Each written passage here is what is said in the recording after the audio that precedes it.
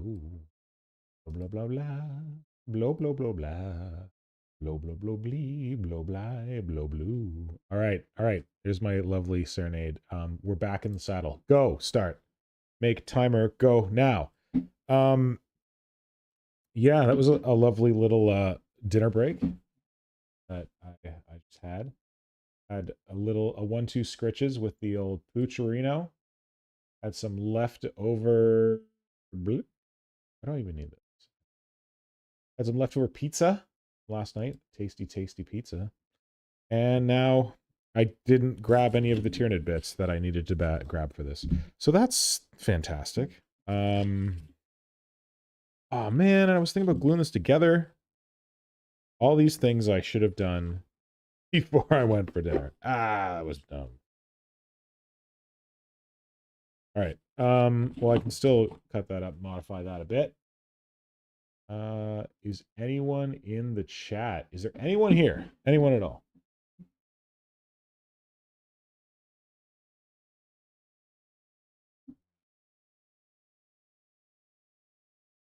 So, I'm a tile here.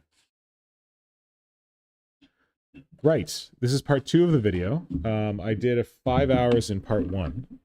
And over those 5 hours in part 1, I achieved a floor tile, which has got a walkway at the back and some stairs up it. And then behind that floor tile, I've got some space to attach some hardware, which is good because I'm going to need some hardware to mount this here wall right behind my floor tile. This is the plan right here. You can go like that on there or something. And then what? Oh, but there's a big hole in there. What the heck's going to happen there? Well, what's going to happen there is that this Tyranid breaching pod is going to come right in like that and breach this section. So next up is making that convincing. So I got to figure this out. Slate. So I think that this is going to be the top and bottom of the Tyranid breaching pod. It's going to be like diamond shaped or teardrop shaped, like a Space Marine breaching pod. And it's going to slam right in here into this big hole that I made. And then there's going to be kind of like tentacles and shiz streaming at the bottom. I don't want people to be able to like look in there and see some Tyranid detail, but I guess that's close enough. Yeah, so that is the plan. Let's make it happen. I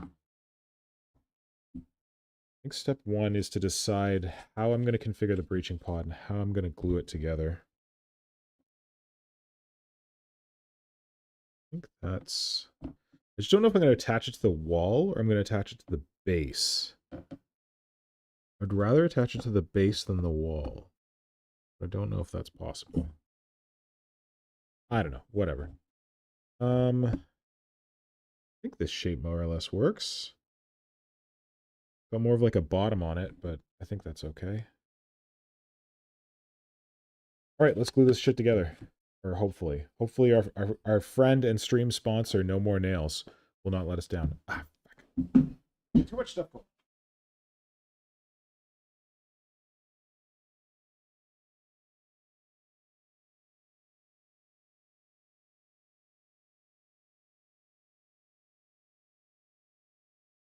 There we go. Okay. I think I got the idea here. I was off. Yeah, I've been gluing everything with this No More Nail stuff. It's plastic to wood, plastic to plastic. It's a pretty convenient little doodad. Oh, hello Blitz. Hello Radon995 in the chat.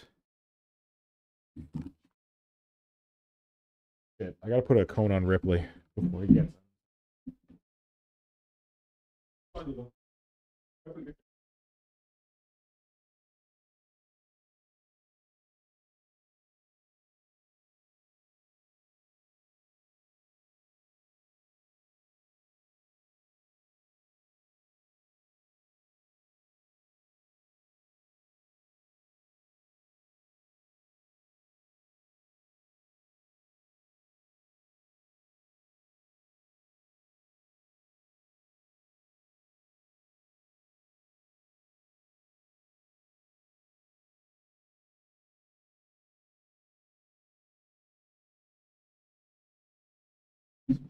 Yeah, I love this stuff so much.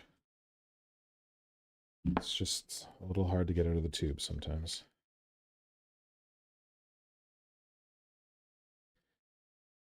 Okay. Do. I don't know what is actually in contact here, so hopefully enough.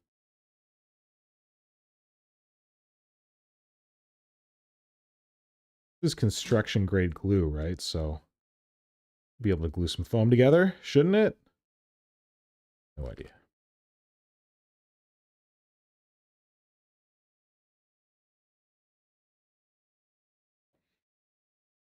Hi. You want to say hi to people? Oh, let's see what we can set up, Rip.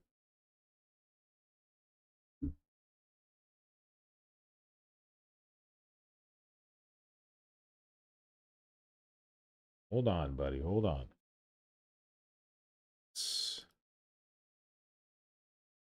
Form. Hold on, buddy. Come here. Come on. Up. Up. Come on, up. Oh. Oh, my. Oh, my. Oh, I know. Here's Ripley. Oh.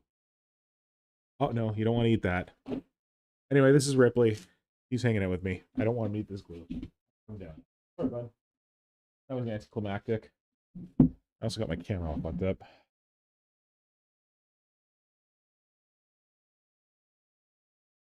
So, you stick this little pod inside this other little pod, and you hope for the best. Well, I guess I didn't need glue at the ends. I don't know if I should be doing this, but I do it all the time.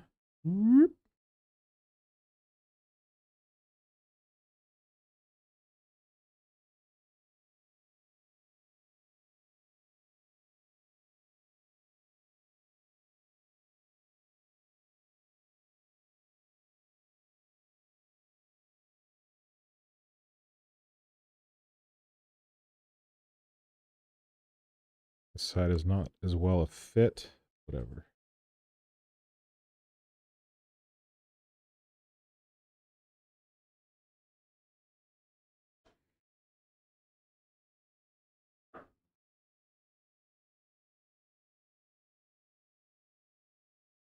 This stuff is basically like caulking.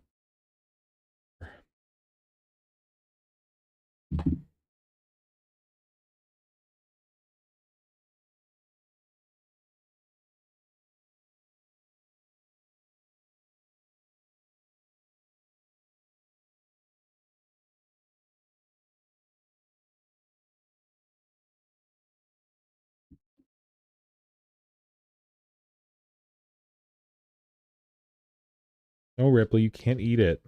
It'll murder you. I know it smells interesting. Oh shit. It's the light. It's okay. But it would not taste interesting, let me tell you, my dear. Okay, that's enough of getting glue all over my finger. Good thing I'm not blendophobic. Hello, Tom Wilson. Welcome back.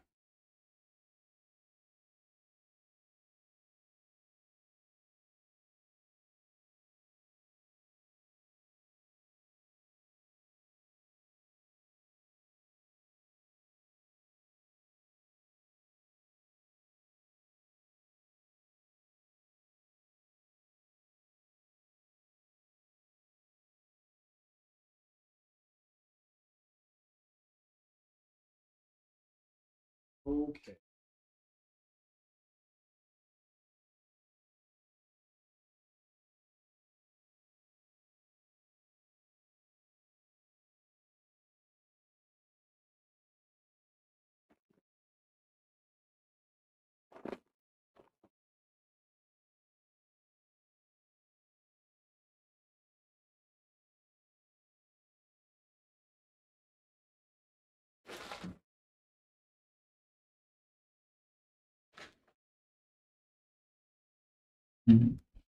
All right. So we got our pod going together, but Now we need some Tyranid bits to shove inside. So for that, I got to go raid the studio. Because I brought in all my mechanical bits, but I didn't bring in my Tyranid bits. So, anyway, that's a pretty good pod. Maybe I should get some epoxy putty on there, but I think I need to wait for this glue to dry before I can sculpt on this. But getting excited about that possibility. All right, there's my be right back sign. How many people do we even have here? If you're tuning in right now to the live stream, please leave a little comment in the chat. I see Radon995, Blitz Mechanica, Tom Wilson, and that's it. That's all I see. Let's see if it's just the top chat thing. Yeah, I'll be back in a second. I just got to grab my Tyranid bits box. Hopefully all I need is in there. I sincerely hope. We shall see.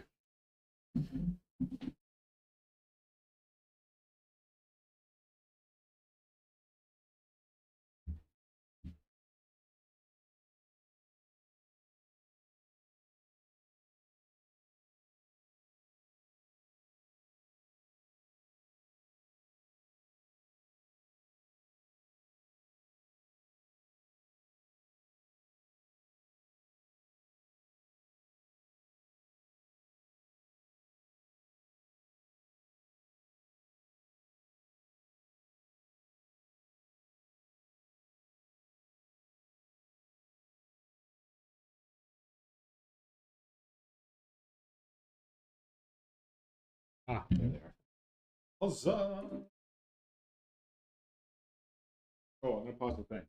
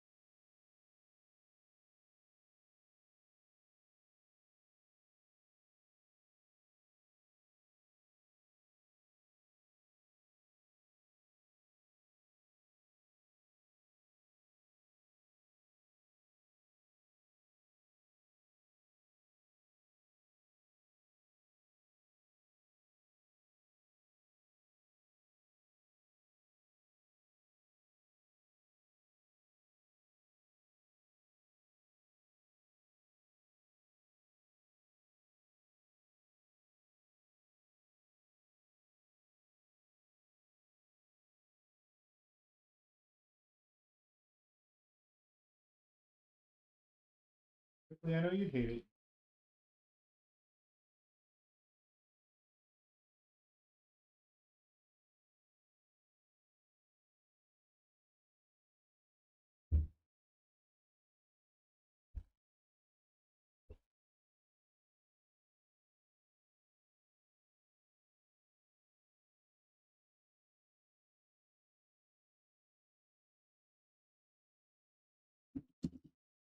Okay.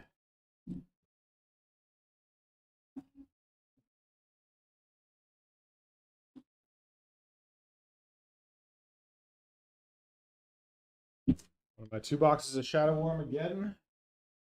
Stuff the gills with Tyranid kits. But there's just one sprue I'm looking for. Look, blue Gene Stealers. How fun is that? Not what I'm looking for.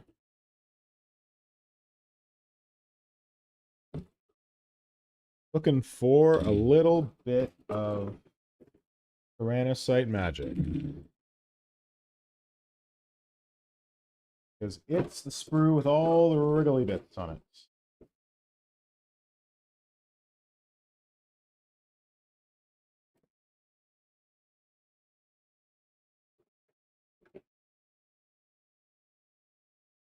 Yes, Rip, I'm making interesting noises, but they're not for you. Sorry, bud.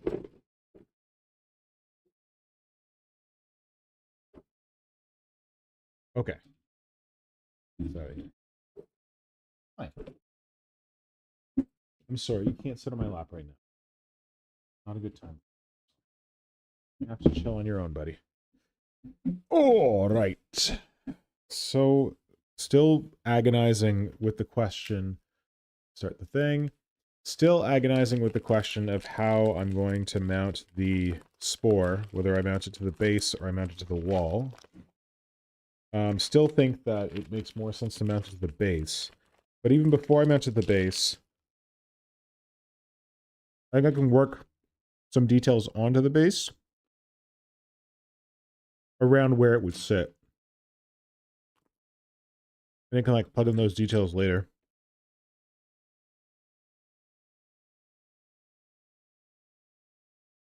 And as I was thinking about this, I was prioritizing thinking about tentacles, but I wasn't thinking about claws, which feels dumb.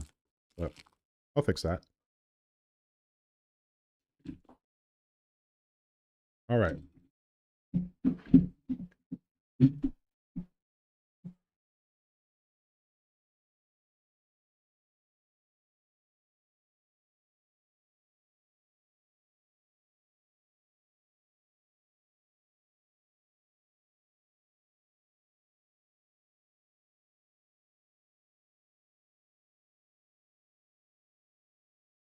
So what I should do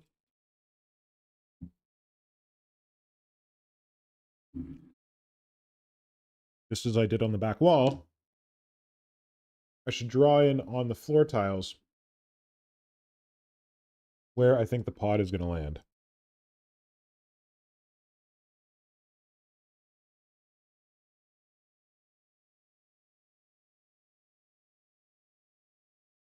Whatever. So, let's again get my friend the back wall. Seat him on there.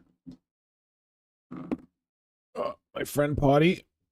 For not dry yet. Don't break it. Coming through here. Coming in hot through the wall. And that means that splash zone, we're going to call it,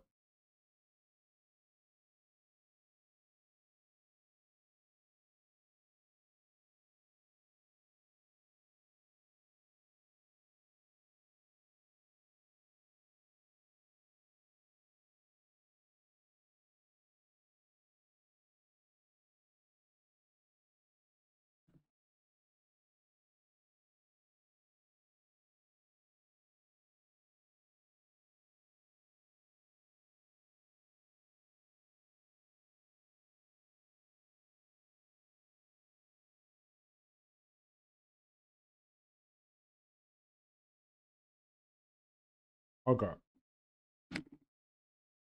Got it all envisioned. Oh, shit. I got it all mapped out. Potty Potterson breaches the wall right there. And then these blue lines are the splash zone, if it were. Or the tentacular gropings of it. Something like that. Anyway, that gives me an idea, because I know that if I'm going to put tentacles on them, they should start in this general area. All right.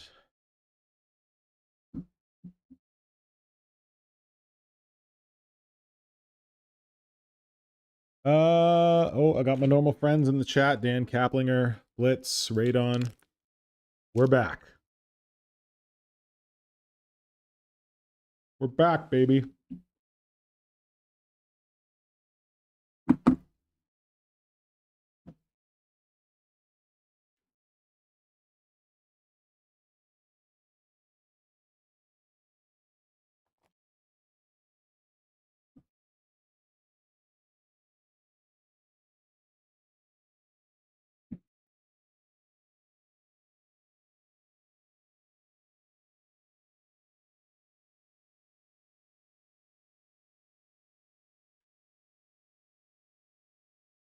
What do you want, Rip? Is it love? Are you seeking love?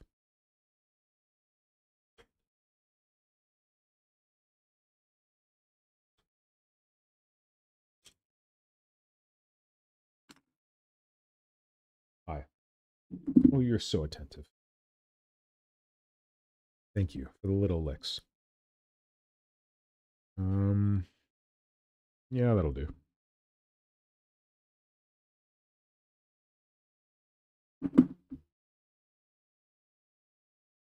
Hot tip, if you got a Tyrannocyte kicking around and you like didn't want to use its guns or anything, the venom cannons and the barbed stranglers in this kit are way smaller than any other venom cannon or barbed strangler.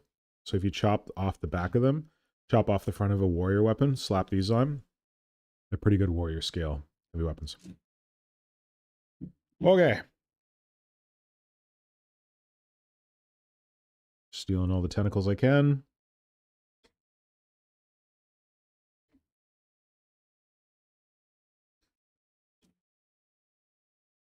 I feel like maybe I should steal these like ligament sections to put on the pod. I have two? How many come in this kit? I have no idea. Oh no, there's tons. They're literally going out of style. Let's do it. Tie it into the Tyrannocyte. It's an official Tyrannocyte. I use Tyrannocyte bits to make it. It's a Tyrannocyte. Codex legal.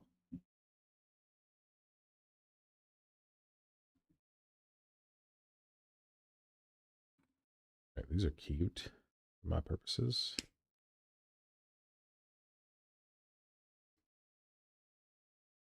I think the Canadian tea might be starting to have an effect. Woo. I think I have all these. Is this duplicated?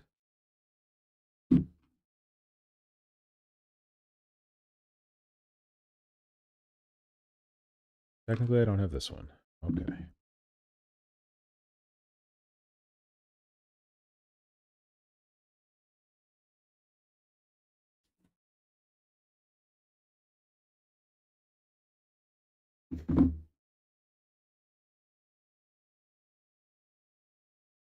Will these work in the jowls area?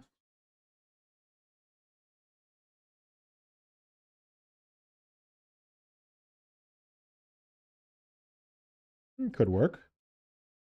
Hey, Rip. Gotta clean them up first. Why? Although, if I put those in right now, right here, it might impede my ability to sculpt some detail down inside it, but we'll just fill some of that with, yeah, foam, because no one's going to be able to see it. Yeah, it's going to be like this. You're going to just see in the mouth. It'll be a waste of detail way down there. Can I do it another way? No. It'd be cool to have everyone be able to, like, see But I don't want to sculpt in there because that would be impossible. I'd have to sculpt it first and then pin it together. All right, where's that bag of foam? Let's return it from whence it came.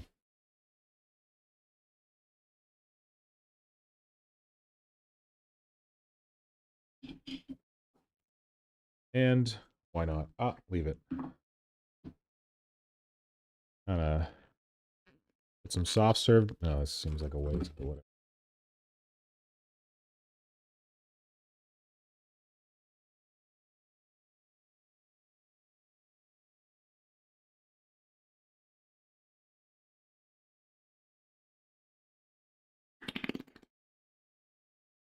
Okay, this is probably not worth the cost of materials, but yeah, that's enough. And then start shoving your foam down in there. Great. No more nails on my marker. You knew that was coming.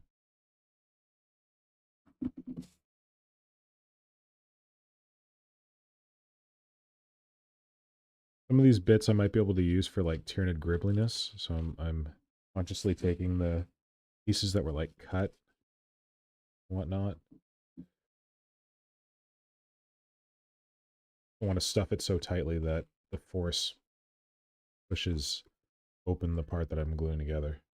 I don't think that'll happen. Oh, and that's the force that will push apart the stuff that I'm gluing together. Okay, don't get too keen, Jonesy.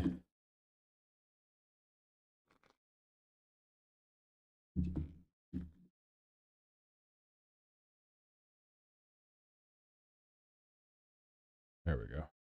Stick some stuff. That might be too much.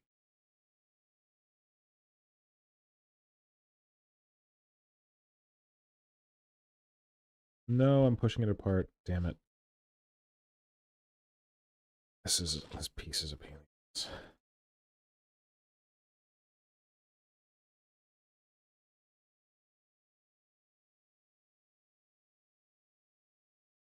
getting there. Pretty full-ish. Things still together. Still got glue on my pen. Fantastic. So Radon saying I'm looking at eBay right now, and why is a talk screen $120? It's like $80 on the GW store. And Kaplinger, if they're out of stock, it is probably people scalping them. Yes, that is correct. For some reason, Games Workshop doesn't know that if they do a Tyranid release, people are going to want to buy Tyranids. So the Tyranids are out of stock. I think they're getting reboxed or something. I have no idea.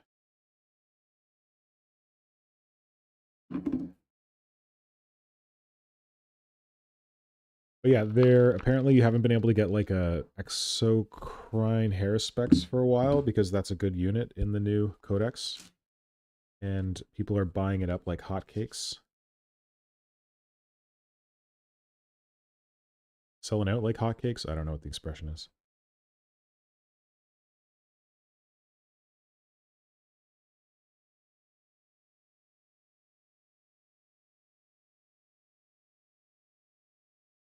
This is a mess in here, but who cares? Making me a Pac-Man. And probably forcing it apart while I do it, which is not a good thing.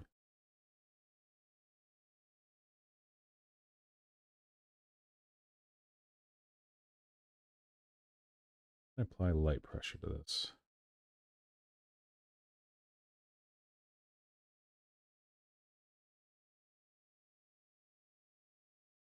God damn, this is precarious. It's barely stuck together. Barely.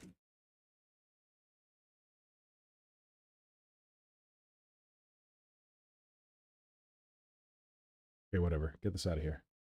Just gonna mess it up.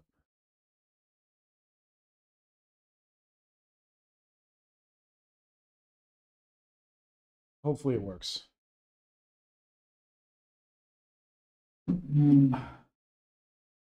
Oh shit. Spilling foam.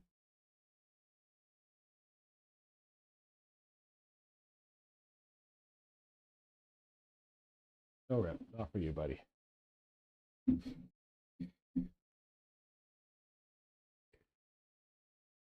Oh, Brett's here. Hello, Brett. You're back in stock in Oz. Still no Carnifex. I can't believe there's still no Carnifexes. That is a bit silly. That you can't get a Carnifex for a Tyranid army. Meant to be the backbone of the Tyranid army. Well, I don't know if backbone's the right word for them, but certainly an important part of... Ugh.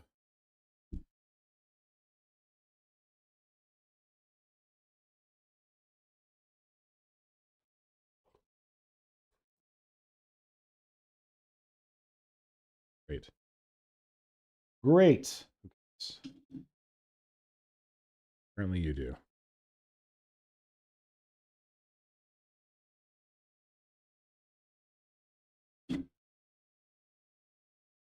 Okay, tentacle time.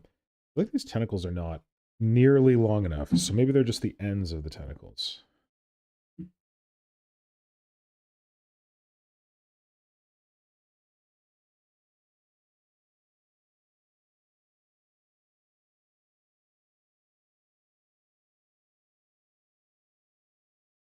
I think my dog is tripping on doggy painkillers. Where he's finding the remains of my dinner. You know, both are probably good.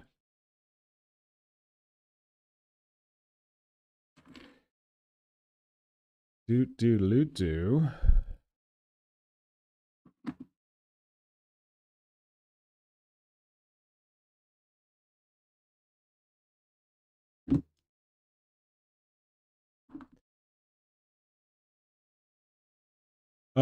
Brett Evans, tell us more about your idea to make a Gornifex. Sounds like Carnifex meets Gore. What's that all about? Please share. Also, Brett, if you want to come on the voice chat. Oh, I'm not actually in. Oh, maybe people are in there. Am I in there? I don't think I'm in there. Oh, no one is currently using Invoice.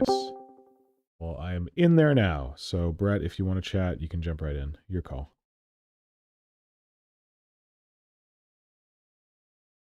But I would like to hear more about your Gorn effects.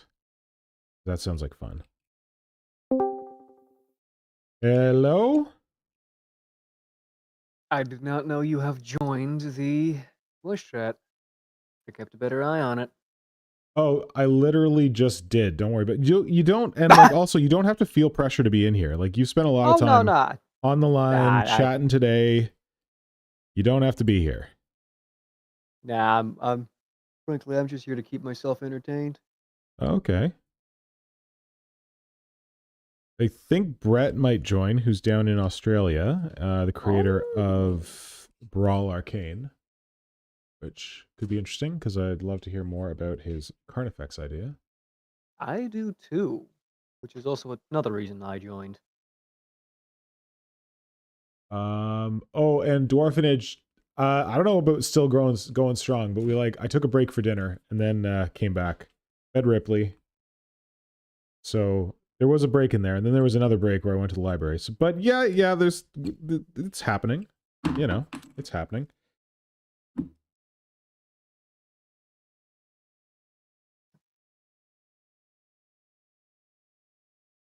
Okay.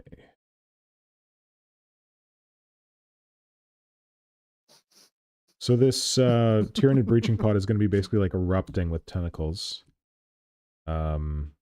It's melted its way through the hull, and now it's taking hold. So I did a jiggly pattern on here to show where I want the tentacles to roughly go.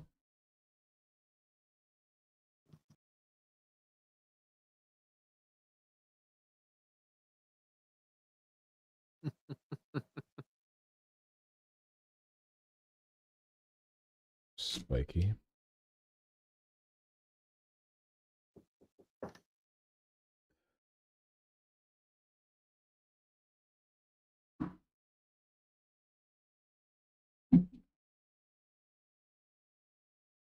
I have bought many Tyrannocyte. I have never assembled one stock. So always just to steal the parts for other stuff. And when you're stealing parts like this tentacle, which has a flat thing on it and might not be good for flailing about, I generally just try and clip that out and carve back in the curve of the tentacle.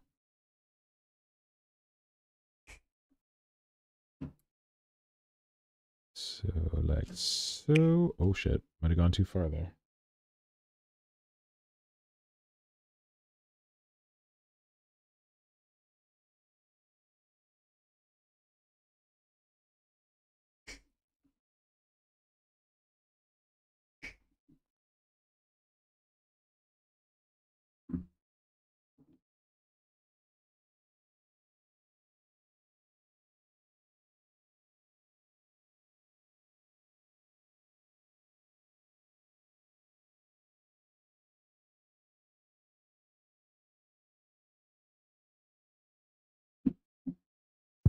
So I disappeared off the face. What? Yeah, you disappeared there. Eh. Yeah. So what I missed? Just No, nothing. I was just talking about how I drew onto the base to show where I want like the tentacles to be coming out of the pod, the Tyranid pod. okay. Nothing too exciting. You didn't miss anything. All right. But yeah, if you got one of those tentacles from the Tyrannocyte and it's got like an awkward base on it and you want it to be more of a grabby, slashy tentacle, you can just whittle down, cut off most of that base and then just whittle it into a roughly tentacle shape.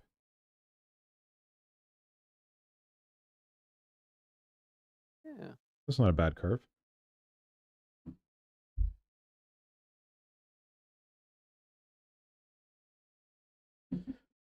Right, gotta do that for this one.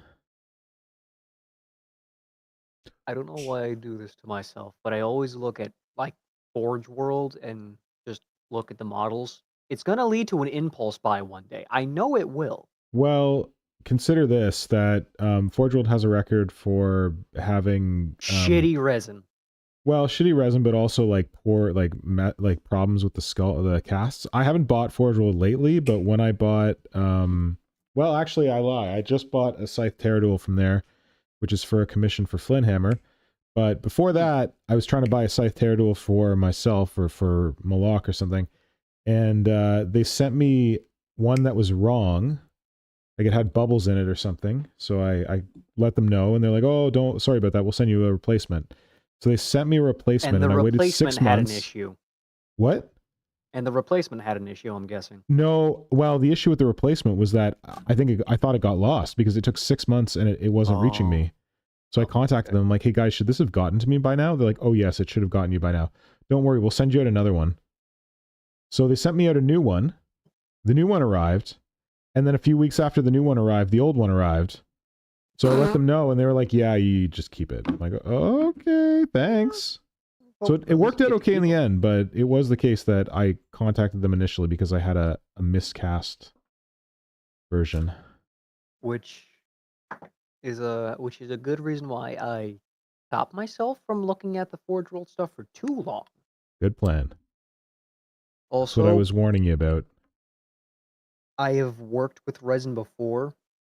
They have machines that make it damn near impossible for you. Like, there's a machine that both mixes the resin and pours it into the mold for you in a vacuum. Oh, cool. But then again, I was working on different stuff. It was more small scale stuff. Yep.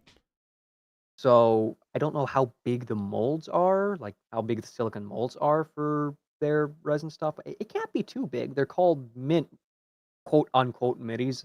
Well, How they keep big getting is bigger the and bigger, right? Hierophant? Like the Titans and all that. Yeah, that's what I'm like. Pretty sure the Hierophant is like the size of a cat, isn't it? Or something. I What? don't know. What's the size of a cat? Is the Hierophant the size of a cat? No, I would say that the Hierophant might be the size of a kitten. Okay, it's still Maybe it's getting to be it's cat size. big for a mini. Certainly.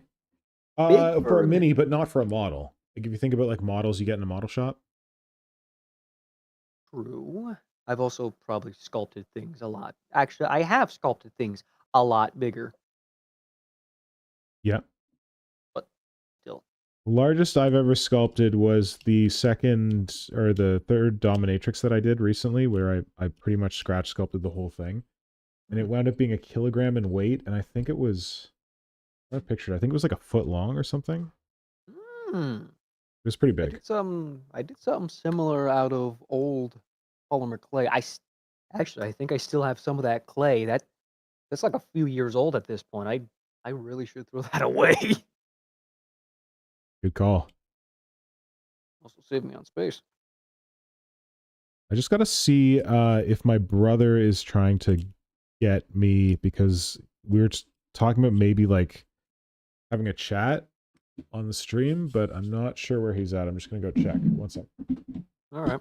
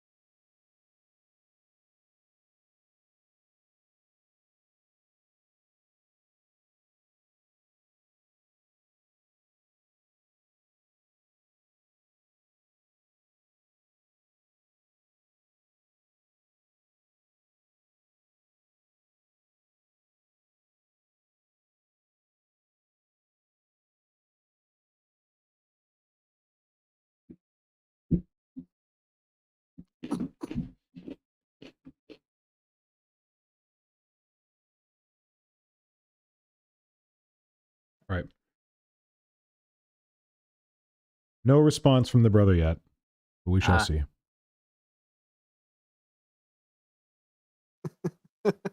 He's in Japan, so it's kind of challenging. Oh, that's cool. My sister was. She might still be in Japan. I don't know. I don't What? know how she my sister visited Japan and she visited it again. I don't know if she's still there or not. I had a lot of people in my social circles in Japan right now. I don't really know why. Maybe they're trying for like the fall colors or something. Although it's a little early. I don't know. Ripley, what are you doing? Why are you sniffing my sock? You weirdo. Oh, you want to talk about weird pets? My cat, I don't know what's wrong with him. He's just an oddball. I can't really describe it. What do they do? Well, he likes earwax for one. Oh, weird. Yeah. Like, is he like licking in your ear? No, but if I were to let him, he would. Oh my. Okay.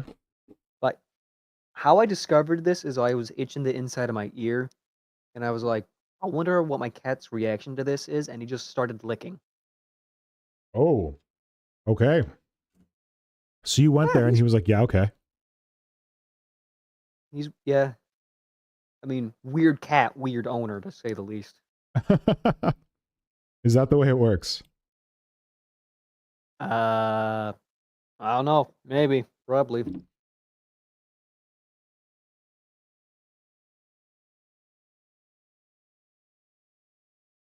For as much as I like the old, hand sculpted minis, I do much prefer the new faces because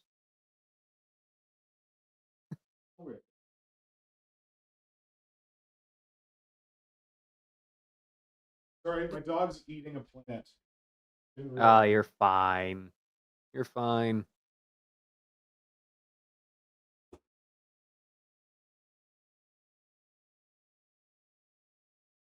Extremely strange as he doesn't normally do that. So I don't know. He's either bored or hungry or both. When in doubt with animals, it's both.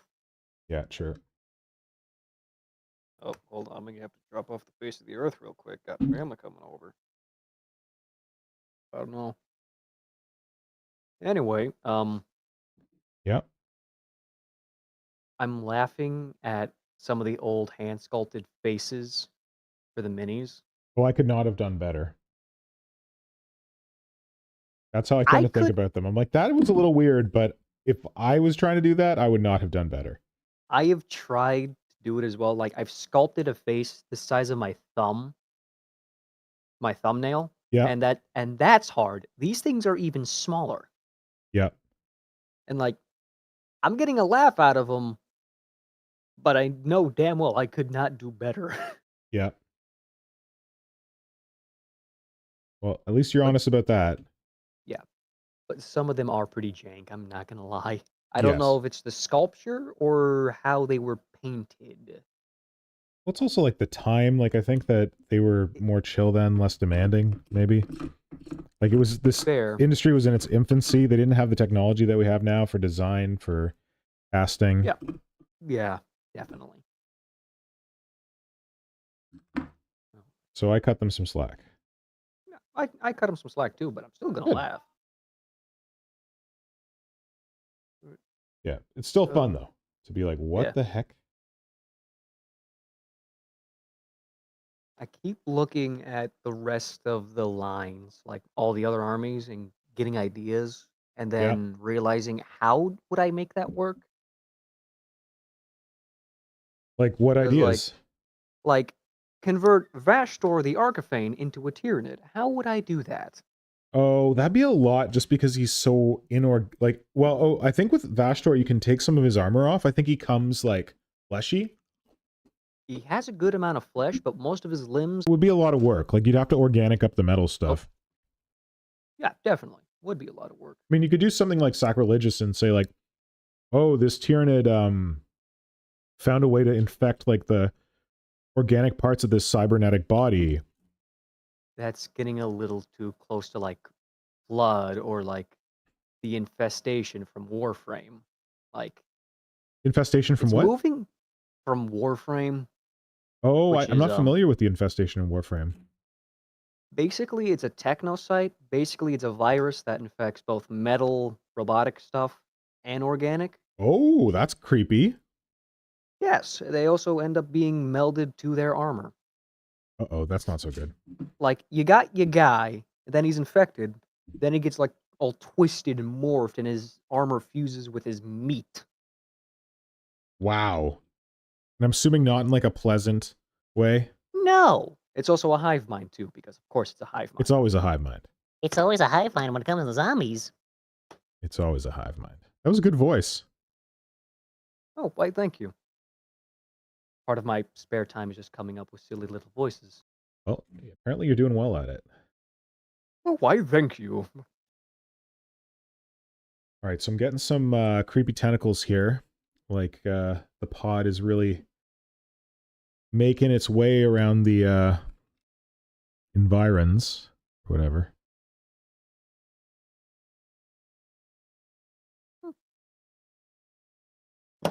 Ah! That didn't drop on my mini. No, it didn't. What's that? I thought I dropped a pair of needle nose pliers on top of a particularly fragile Hormagaunt. Uh-oh. Like it's a new Hormagaunt, Yep. but the way his base is, he's super glued to a piece of slate floor tile. Yep. He's not pinned or anything because I think I ruined my smallest drill bit by trying to drill through stone like a moron. Uh-oh. I mean, The it little works Hormagaunts are well. not that fragile. Like the new ones are pretty strong. Yeah, but I'm talking about his connection to his rock. It's literally just his one hoof. Oh, yeah, okay, that part is not as I already broke him once. I don't want to add more super glue. Yep. Good plan. Ah! Hmm. Making weird noises when I drop shit. Who's making weird noises? Oh, that's I you make making weird weird noises noises? when I drop things, yes. Gotcha.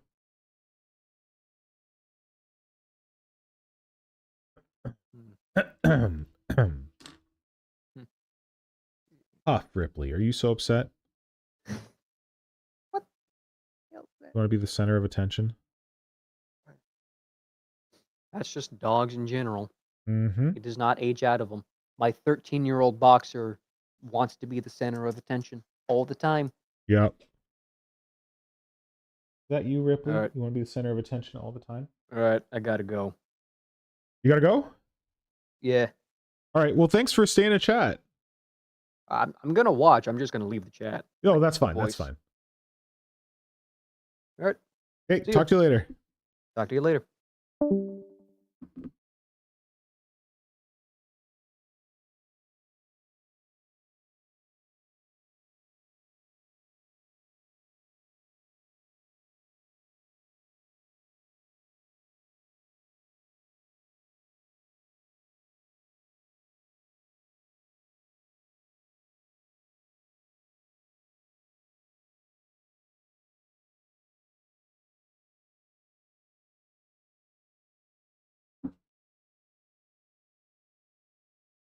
Oh, rip. Must you lie right on my foot?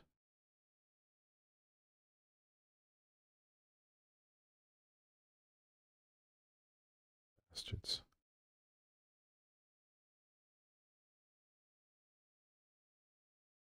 Don't mind me just gluing tentacles together. Attempting it, at least.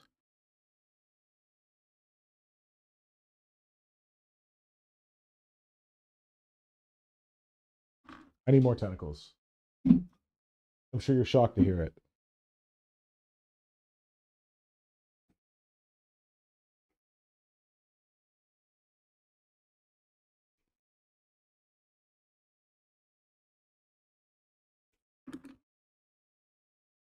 Means I need to trim more bases off tentacles. Oh, these are good ones, though. Worth it.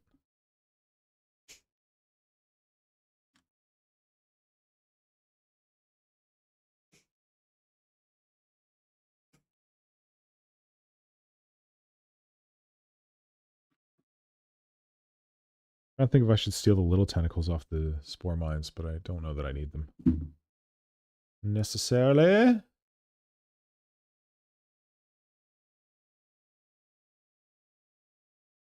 Okay, so that's out. Drawn. Oh, I'm getting low on tentacles here. That's unfortunate.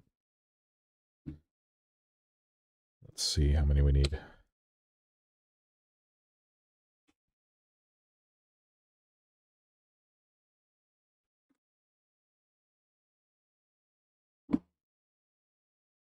Which ones do I need to clean? I need to clean that. I need to clean that. Those both look like they need cleaning. Mucho tentacles.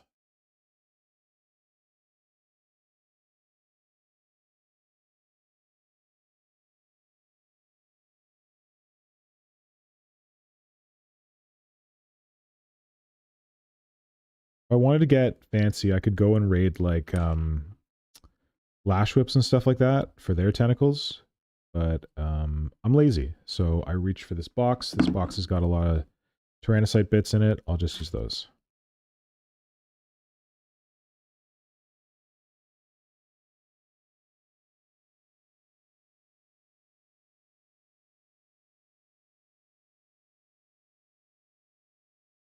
Okay, so we've now passed the 6-hour mark.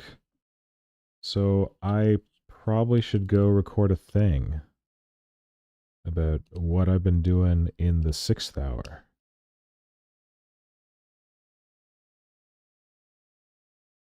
Boop, boop, boo.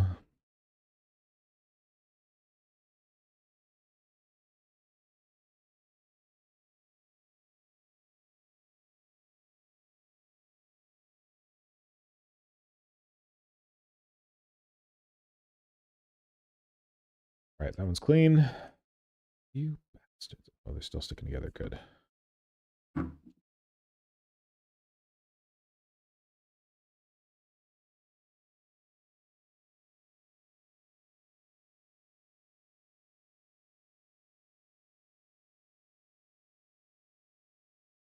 Whoa. Freaked me out there, Rip.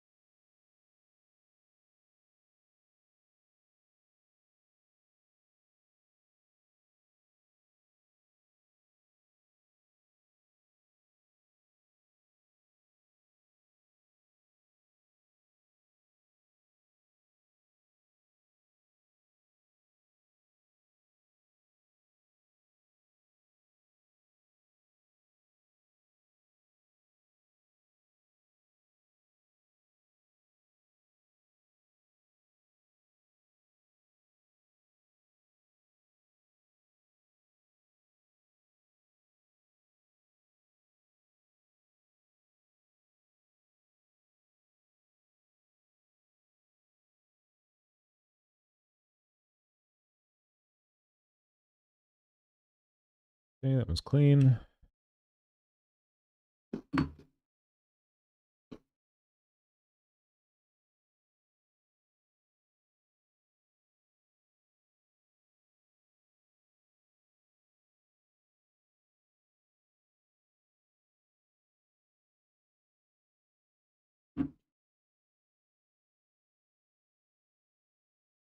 Shit. Well, that's gone. Whoops.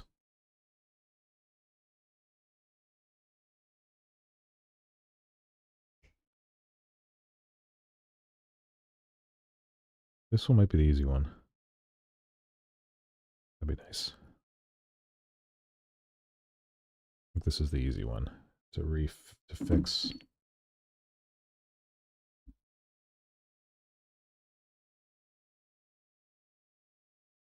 Kind of wish I could play some music while I was doing this, but YouTube will get real mad if I am streaming while playing music. Done it before, it didn't go well.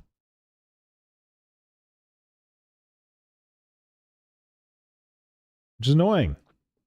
You'd think that if you were like a Prime, well, I'm not, but if you were like paying for YouTube, they'd give you an option where it's like, oh yeah, have like a playlist of like our music in the background. But no.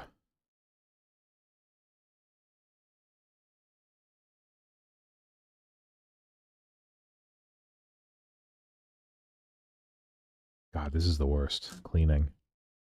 The worst. You hear me? The worst. Oh, I didn't get that one.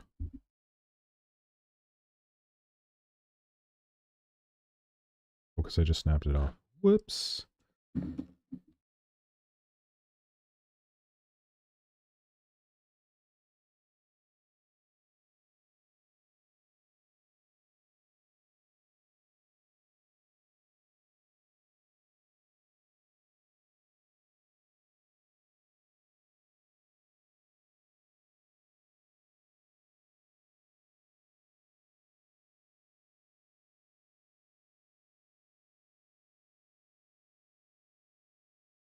All right, one more.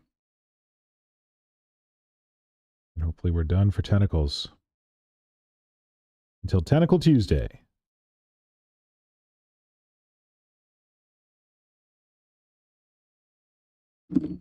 Man, Tentacle Tuesday. That's even better than Tyranid Tuesday. Amazing.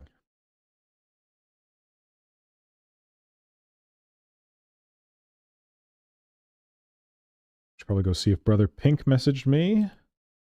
Oh, I should also probably record that thing because I'm like 10 minutes into the next hour. Whoops. Okay, I'm going to finish cleaning this tentacle.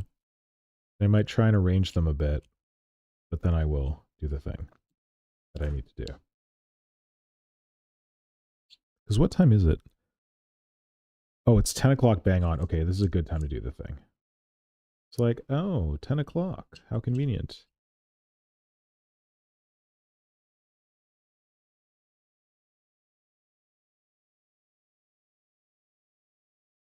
Just, I guess an hour and a half since I started this thing, but whatever. Okay, that one's clean. Here in the clean pile. Gonna go record my thing.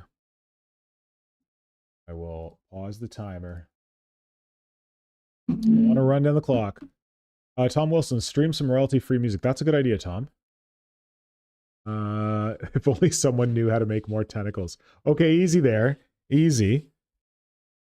Also, Blitz, you can sharpen drill bits? That's amazing, dude. I actually have wondered that. I'm like, oh man, if my drill stops working so good, do I have to buy new bits?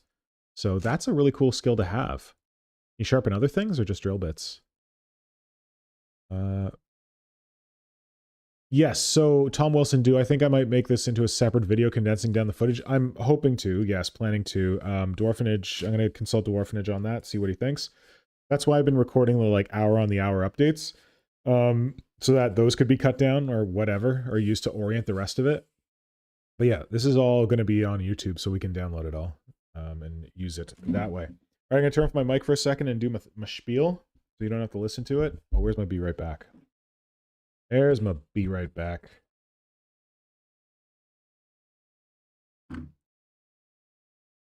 I guess I should take a picture of the tentacles. I do not even have my phone.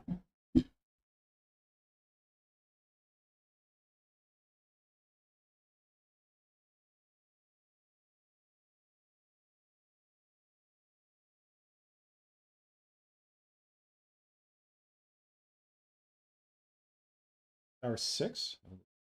Okay. I'll be right back.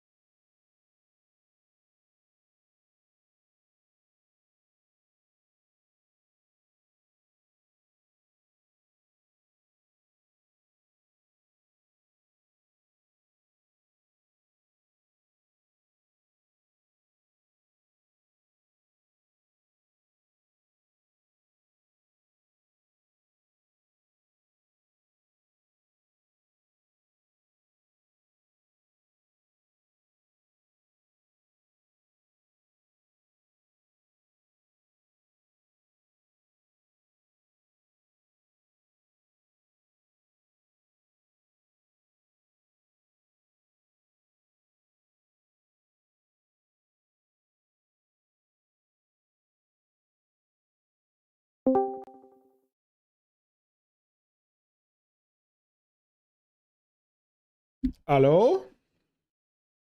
What up? Will, my boy, how you doing? How you doing? How's the stream going? I'm lagging a little bit, but I've only been doing it for 6 hours. Ish. Not too bad. Not too bad. Sorry? I've been hello? Yeah, go ahead. Oh, oh man, I am like just lagging. I just got caught up with the YouTube stream, so like I just heard myself talking. I'm like, what the hell is going on? Oh. Yeah, you probably Yeah, have to turn off your audio from that. yeah, I just did. Yeah, I've been like checking in off and on. So, oh man, you got that like wicked looking like hook chisel. Sorry, I can barely hear you. One sec. Gotta check your audio levels. Can you speak again? Check 1 2. Check 1 2. Doesn't look too bad in OBS. I could just be like talking weird because I talk the weird sometimes. Are you like away from your mic or something? Well, not really. I'm using a headset, so like Oh, well, there you go. it could just What? be like it could just be a me thing. Because It could also be an issue of me not wanting to use my headphones because they were being shit earlier, and now you're going through my speakers, and I don't want to risk blowing people's eardrums with feedback. So I don't know. I'm keeping it low. It could be my fault as well. it's fifth member. Let's blame the fifth member. Apparently Bargaste was physically. Oh no, who was it? Someone was experiencing being the fifth member earlier. I think it was Bargaste. Seems plausible.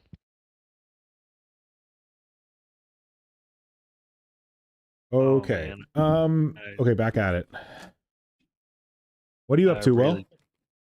Oh, I was mostly like just hopping in, seeing how you're doing, but mostly like I'm trying to like do this thing where I'm trying to use the old 4th edition Tyranid Tyrant Guard Yeah. legs for stuff, and I kind of maybe want to make some reproductions of them in some manner or another, but was considering cutting up as like the rear legs and like the supporting arms of that model are one piece. Oh, okay. For either side, and I was like considering getting my jeweler saw out and hacking it apart, but I'm looking at it and this looks more like a pain in the ass than I think I really actually want to be a part of. You think you actually would be what? More of a pain in the ass to like kind of cut apart nicely than I really want to deal with. More than it's worth. Yeah, essentially. Okay. Especially since you're such a shit hot sculptor. You just sculpted from scratch. Come on, buddy. Hey, what's rule number 1? If you don't have to sculpt You're it right. yourself, You're right. don't sculpt Don't do it. So, You're absolutely right. That is rule number 1. and like they're such a perfect size for like the thing that I want to do, and Oh, that sucks. yeah. Although, as we're discussing in the Discord, getting some kind of useful information on helpful hints on how to create vent lines and stuff for casts and stuff if you happen to be making such things. Yeah, there's some pretty skilled members there. Yeah, the Discord is a font of good information. Wow. Have you successfully made a mold yet? That could be font of bullshit information. You don't know.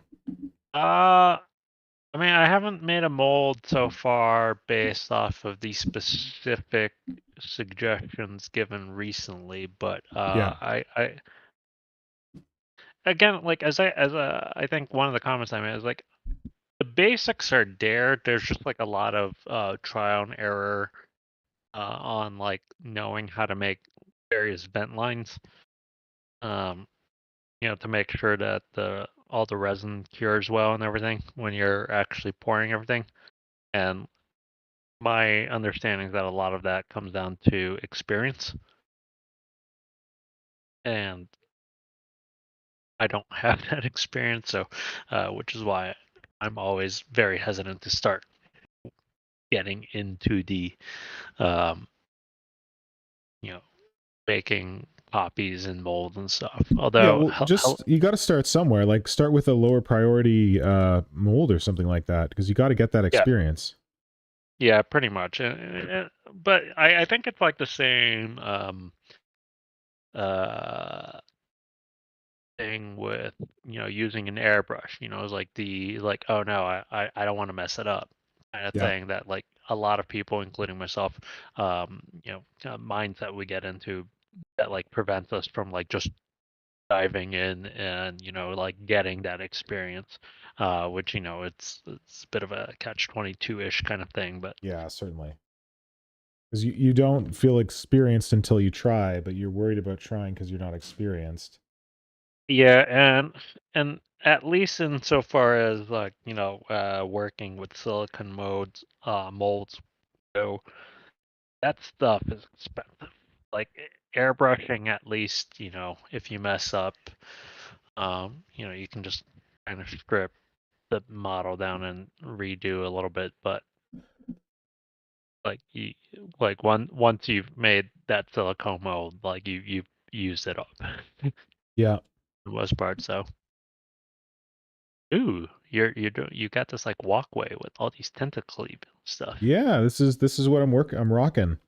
So they're all radiating from over here, which is where the like Tyranid breaching pod is meant to have come in.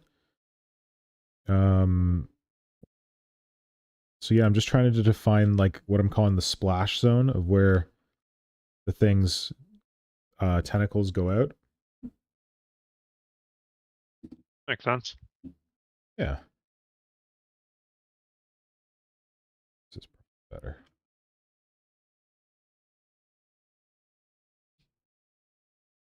So 6 and change hours in. How is the 24-hour tile challenge? I don't know. I Yeah. don't feel like I can really comment yet because I'm only 6 hours in, but this is certainly the longest. It's not the longest I've ever worked on like a single project in one go, but it is the longest that I've ever streamed for. So it's interesting. When I was first thinking about it, I was thinking that I didn't want to like, I wanted to do a lot of it like on my own because I thought it might get like annoying to always be talking to people or something like that. But I've realized it's kind of insanity making to not be talking to anyone. I guess I could be like monologuing, but apparently I'm not feeling that tonight. So yeah, so I would recommend that if you do it, you maybe organize with your hobby chums to be like, hey, can someone like come talk to me like around this time? Can someone come talk to me around this time? Because I have appreciated the folks who have come talk to me, like you well, right now. Thank you. Oh, this was fortuitous and definitely like legitimately not like pre-planned. Okay, good. Well, I feel fortunate for this fortuitousness. Did the book come in? Oh yeah, yeah, Like yeah. Sorry. So I shape? got the codex that you sent me. Thank you. I got it last Was it the night. right one? It was definitely the right one, and Awesome. it's a really good one. Like, I don't know, maybe it's just because I'm now comparing it to the new codexes, which have like no fluff about any of the units. But this one, like, there's a lot of good fluff. There's a lot of good art. Like, I was impressed. Well, glad to add that. Help clear up that election for you. Mostly, I'm just kind of glad that I managed to make some space in my own place. Well, I'm glad it helped you because I'm shocked that you gave it up. Yeah, no biggie. Although it was kind of funny because I think like the week before I mailed out that codex to you, I was at this giant used bookshop, sort of close to me, Yeah. and like they have an entire couple of shelves of just gaming books, and they have so many old 40k codices and whatnot over Really? there. Yeah, just I think anytime an edition changes over, a lot of people just get rid of their old codices, since especially now, in these kind of big shift editions Yeah. where like you just pretty much can't use the old editions. Yeah. So I actually probably should have checked to see whether uh, they had some of those codices that you were looking for, but whatever. Oh well. So, ain't no thing. I got like the special edition for the was it like 9th edition. We're on 10th, right? We're on 10th. Yeah, I got the special edition for the last one, and then I have like the regular edition for this current one, and they're sitting mostly unread. I'm glad you got the regular edition for the current one, because I'd say the current one is like not that exciting. It's fine. Like it's very bare bones. Yeah. I mean, honestly, I haven't been like super excited about any. Well, I guess the caveat that I should add is that I pretty much stopped paying attention after 3rd edition or 4th edition. Yep. So between 4th and 8th, I just didn't really care. So my prized possessions are my complete collection of the 2nd edition codices. All the factions? I have everything except for Dark Millennium. I have. And BT Dubs, the Orc Codex was the hardest one for me to get a hold of. Yeah. The last one for me to get a hold of. But I believe Interesting. I have all of the old 2nd edition codices, which are like those are the ones that like this is my collection. It's like these are my pride and joy of like codices and stuff. Yeah, I was Those are just not thinking that getting I should touched. try and get the Eldar one, but I think I'm never going to manage it. Oh, you should. That one actually should come up okay, like frequently enough on eBay. I don't Mhm. know why the Orc Codex was so goddamn hard for me to get a hold Well, of. probably because it's got a lot of good But orc shit in it. I mean, it does have a lot of like good orc shit in it. Like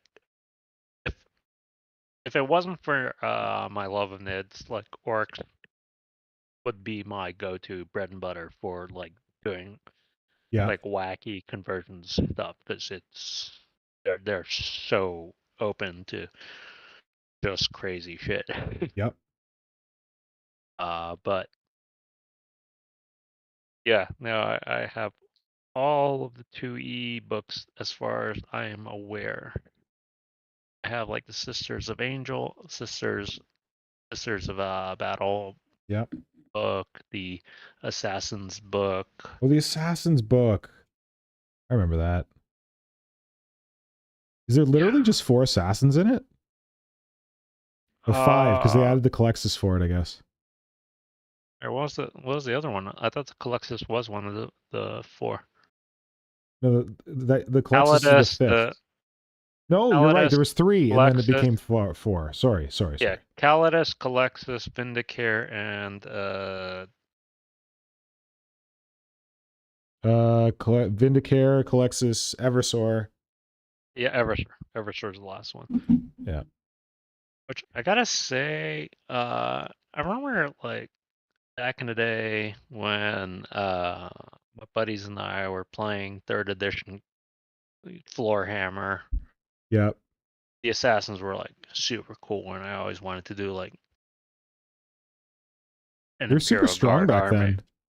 Yeah, they were super strong. I don't know, something about the aesthetics of it over the years. Like now that I've come back to it over the last 6-7 years, yeah, it's kind of like not super excited about the assassins. They just seem kind of they're there like that. They're fine. But Yeah, I think they were good at the time. yeah, it's really weird too. Yeah, like the Eversword, the one with this Skull like the mask? big psyker, the psyker Oh, skull the mask, right? Psyker is No, the Calexis. yeah, that one got particularly silly, and I don't know what it is. I think it's because they decided that they really needed to go like all in on the skin suit for all of the assassins. Yeah. It's just like, oh, these guys are. It's fine. Even that like special edition Vindicare that they had with Warhammer Plus a couple years back. I actually Like, want that one, and I never got it. It was a pretty nice one, all things. I mean, the heroic terrain that it was in was a bit much, but Oh, I loved it. like, I mean, for a kind of display piece, it's great. For a actual game piece, it's like No, this is ridiculous. Absolutely not. Like, no, it's do a not pass display go. piece. Do not collect $100 on that.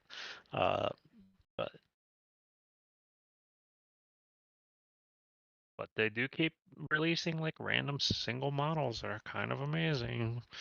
Like for random shit. Like Necromunda or Blackstone Fortress and stuff, and just like stop releasing these single one-offs. And apparently I never got around to like buying the new version of, was it the thing that included the Ombull and like those like special models that they Oh, the sold only through game, Barnes and Noble.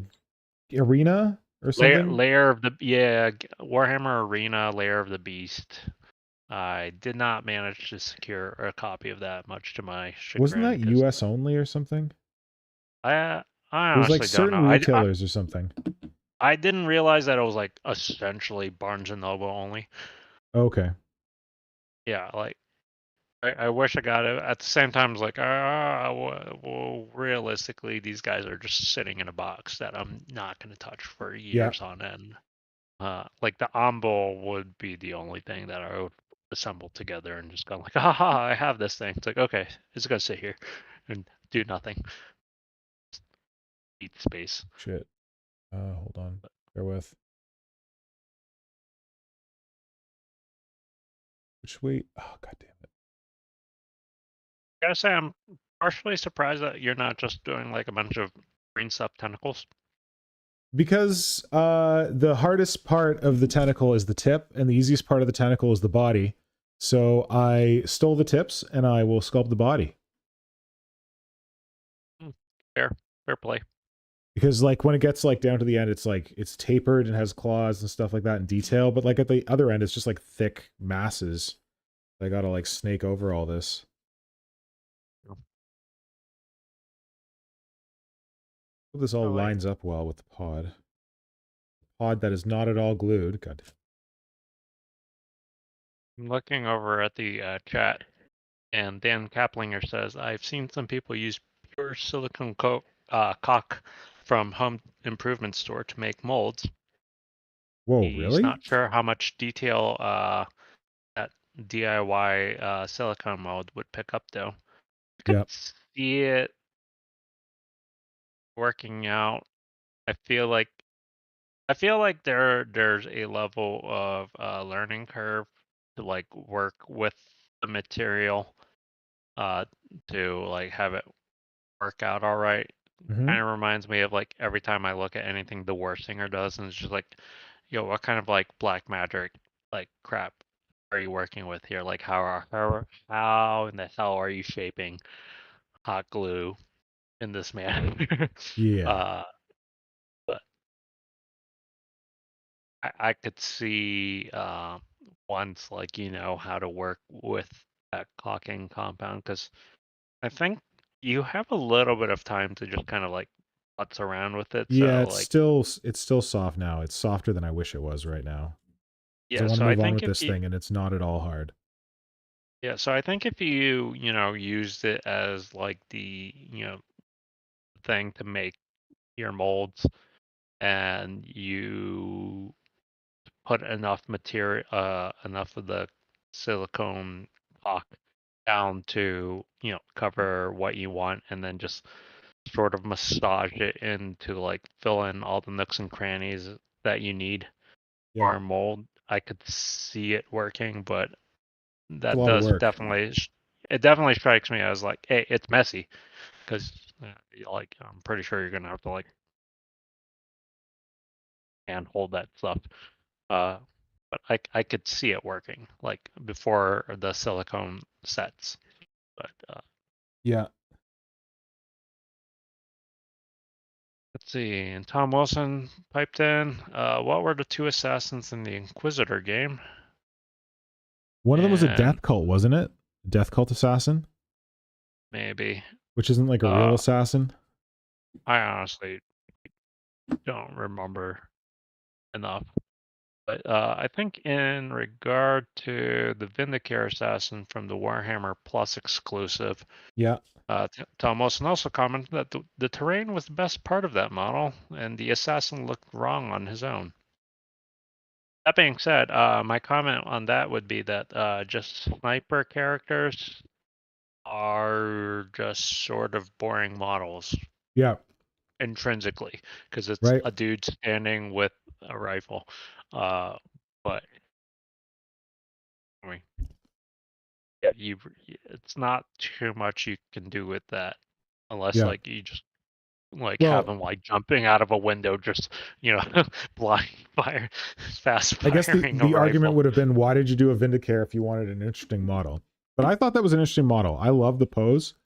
I don't mind the Vindicare is like differently scaled from the rest of 40K because it's a display model. It's stylistic. I really like it. I got no notes. I think as a sniper model, it's actually pretty good. It's just that there are only so many reasonable like action poses that snipers have. Yep. Right?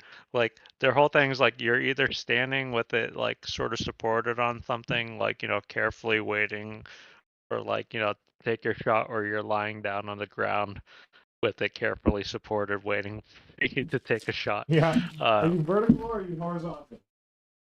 Like you're not like firing a sniper rifle on the run. Like that's not how sniper assassins work. But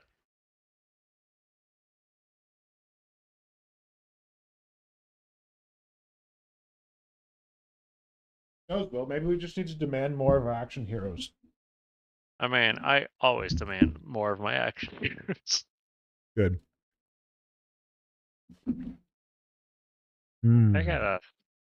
Oh man, I got so many things cooking on my table that I really just need to finish these projects on. Hobby stuff?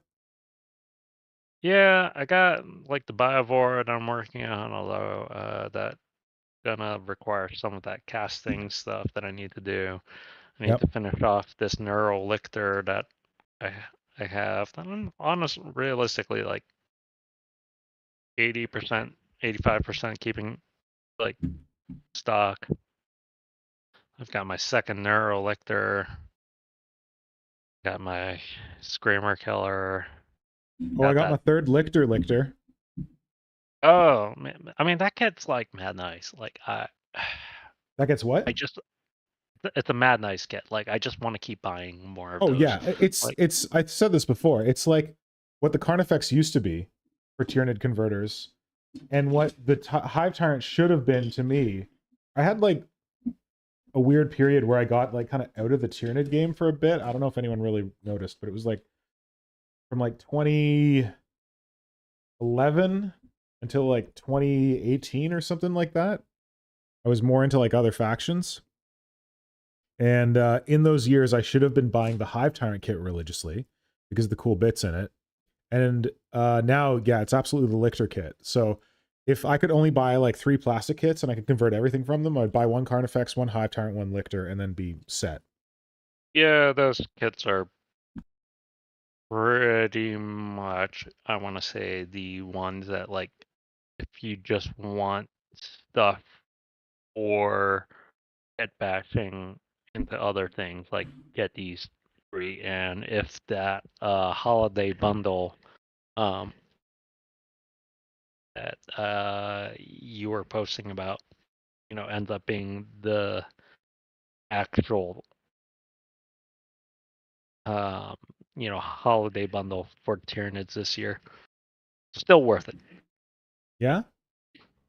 Because it was what, like Tyrant, like some Tyrant, gaunt. Gene Stealers, and Hormagaunts, I think, but the Gene Stealers and Hormagaunts are all new, which is good. I haven't picked up any of the Gene Stealers or Harmagons, in part because I assumed that like Yes. they would end up being like kind of chucked into a Smart.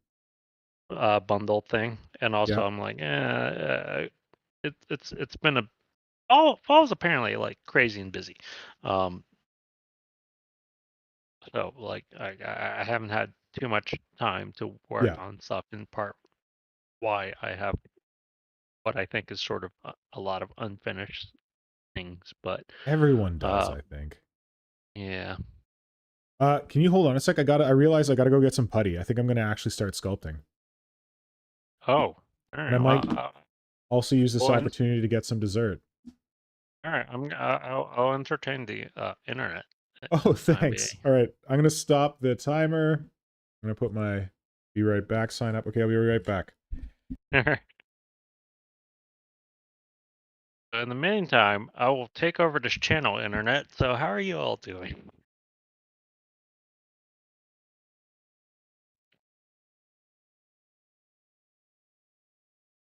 As there is a static "be right back" sign on the YouTubes.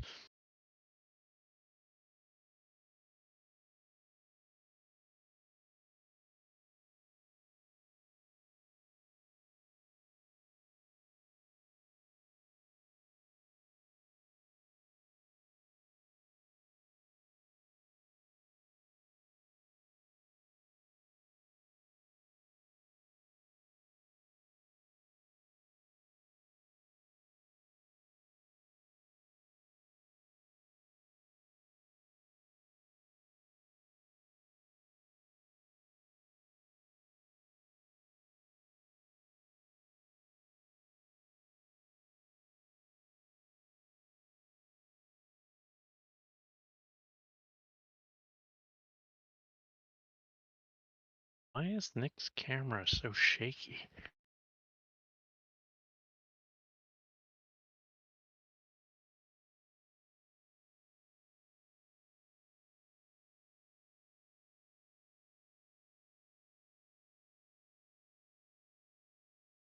Radon? Adding feeder tentacles to your second Barbgon squad? That seems like a lot of work, but also pretty exciting. How are you enjoying working with the Barbgons?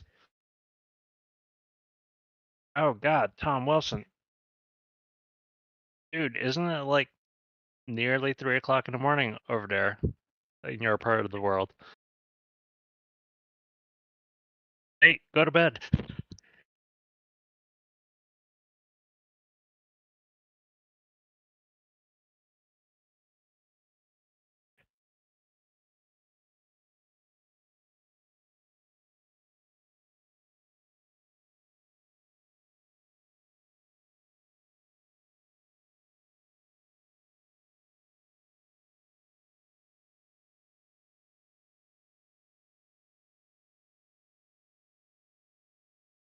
Who knows?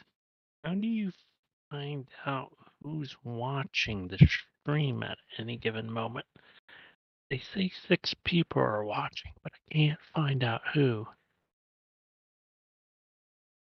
Oh, geez, Tom. Go to bed, man.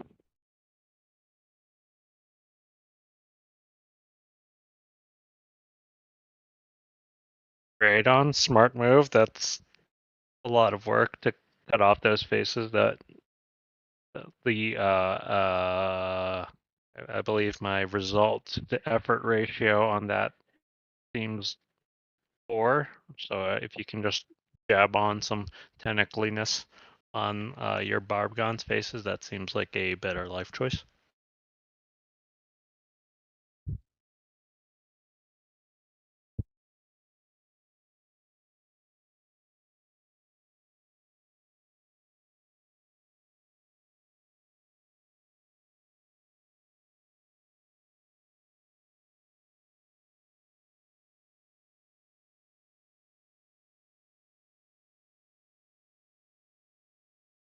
Meanwhile, for folks who are watching and are kind of, still with it, what kind of fun terrain ideas have you had that you've wanted to work on?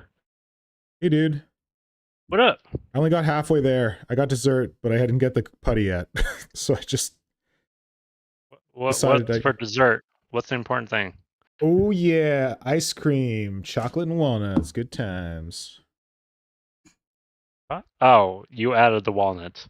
I added the walnuts. Okay, I was briefly wait, hold on. Did you get vanilla, like chocolate chip ice cream that you added walnuts to? Because you said chocolate and walnuts, Yeah. so I assumed that was like just regular chocolate ice cream No, with like walnuts. you're right. It's vanilla with chocolate chips. I added walnuts. These are the important discussions the internet wants to hear. I never considered that combination, but I could see it going really well.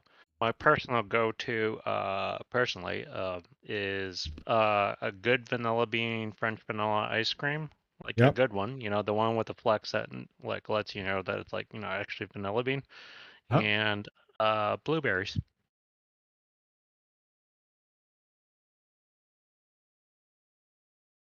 So. Oh, and blueberries, nice. Good vanilla ice cream and fresh blueberries, very good. Cool. Apparently Tom Wilson is chilling in bed and letting the stream run. Yeah, I was telling him that it's like mad late for him, that he should go to bed. Yeah. We'll try not to do anything too exciting, Tom, so that we don't wake you if you nod off. But thank you for sticking around for so long. Radon 995 was commenting that he was working on adding technically phases to his barb guns. Oh yeah, I'm seeing that. That he wants to save the mouth. I'm of the opposite belief, where I think it's awkward when they leave the mouths on things that have feeder tendrils, like the Von Ryan's Leapers, or like the Death Leaper, where like he has teeth over his tentacles. I don't like that. But if you do, go for it. I think it's cool that you're adding feeder tendrils to your barb guns. I don't mind the teeth over the tentacles look so much as that like stupid double second set of like upper jaws that the Neuro Tyrant has. Like that one, I've had to like cut off and like shave down on both Neuro Tyrants that I've worked on. Yeah, I will not keep that on my Neuro Tyrant. No, I'm not perpetuating that bad design choiceness. I think someone just put a normal warrior mouth on a Neuro Tyrant and it worked pretty well.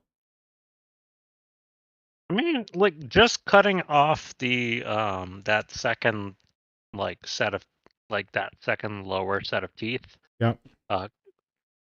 Is works. Yeah. Like that's what I did with my baseline Neuro Tyrant. That's what I did with this second Neuro Tyrant that I'm currently tweaking around and playing around with. As always, requires far more sculpting than I initially was planning on, because always does. Always.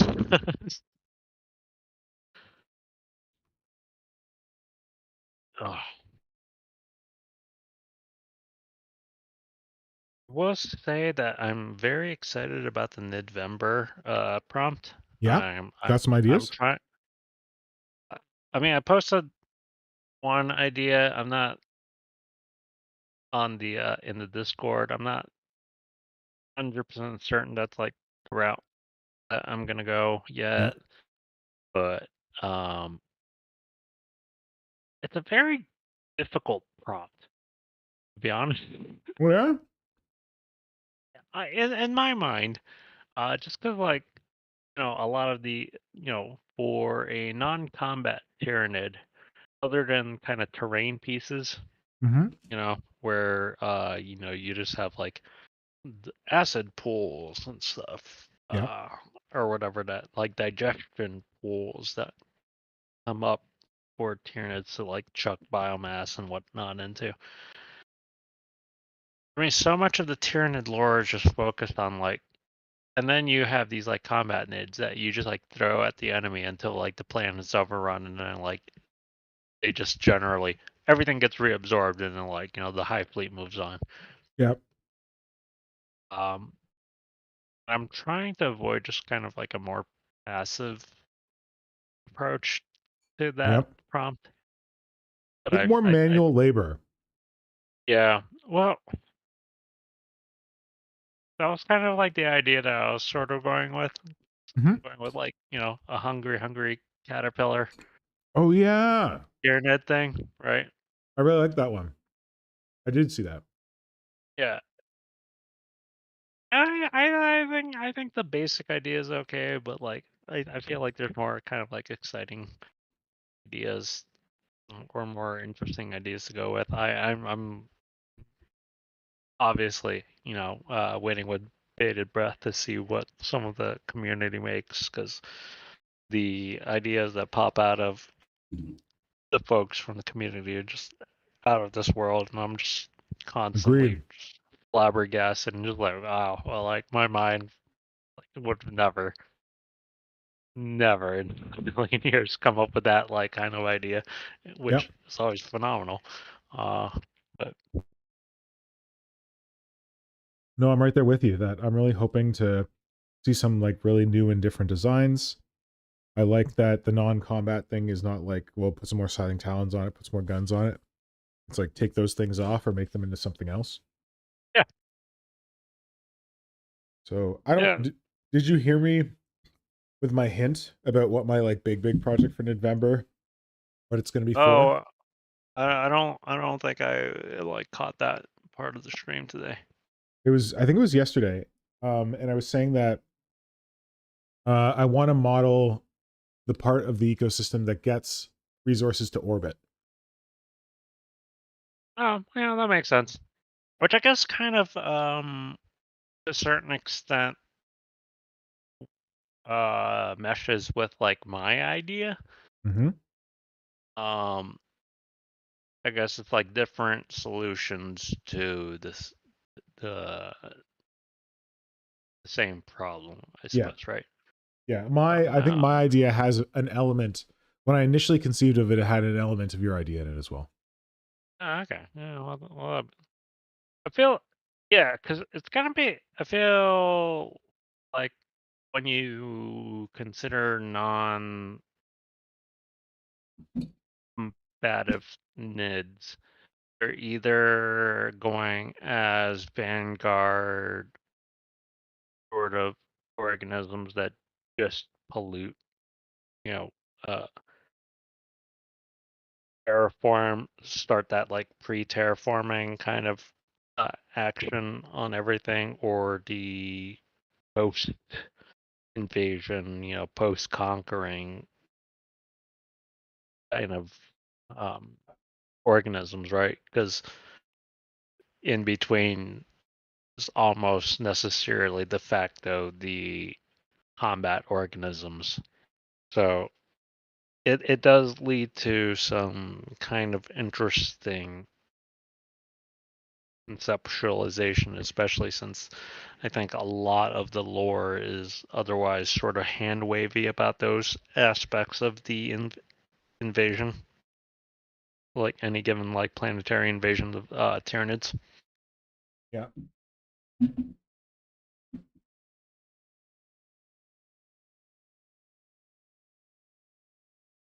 Oh. How are you How are you enjoying working with these terrain tiles? Oh, these train tiles are great. Like the thing I've been most obsessed with about them is using them as base toppers. Like cutting out like a circle from them and using that as like the part of the scenery on the base. And like if you like move the circle in like an interesting way, you can catch like corners of the detail. So yeah, I really enjoy that aspect. And I just got a new way to cut them out. I was doing it like this is kind of thin, so I just do it with like really heavy duty scissors.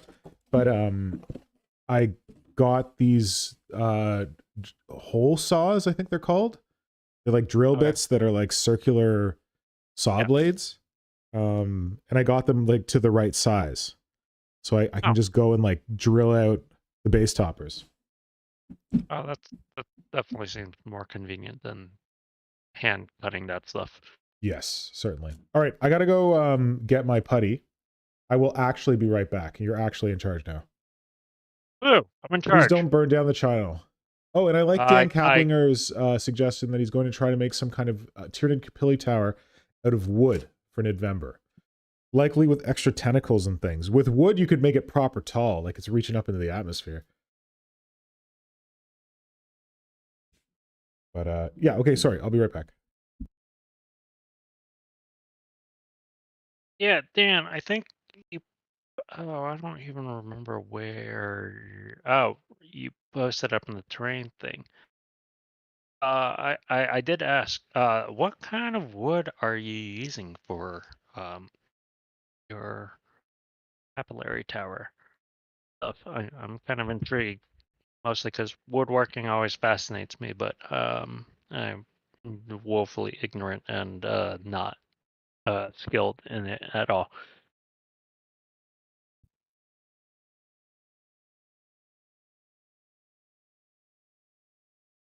Also, is it anybody who is still on chat of the 6 people, five other people who are still watching? Like, are you all thinking of joining the November challenge? I believe the Warp Shadow account on Instagram has posted the details. So,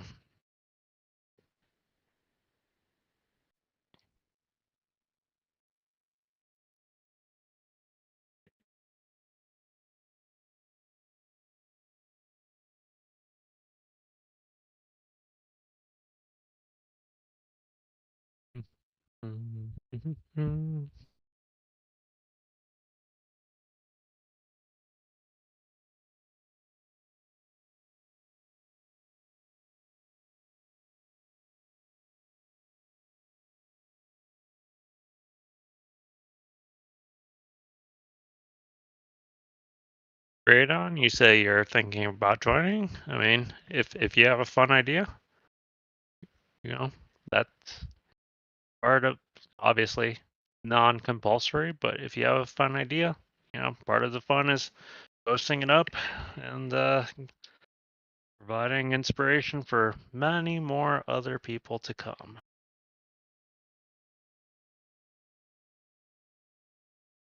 Poplar, you say, Dan? I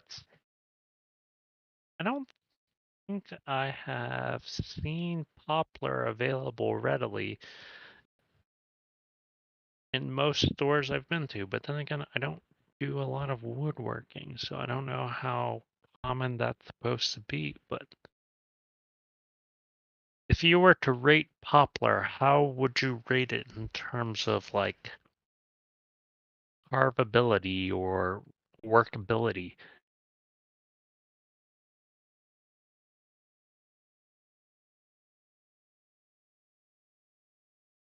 Scrap 2x4, meanwhile, I imagine is pretty readily available. Scrap 2x4 is what, like pine usually?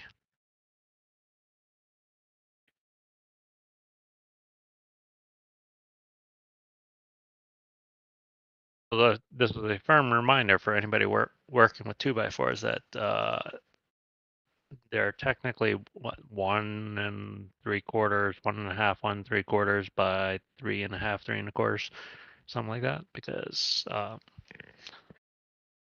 industrial variousnesses.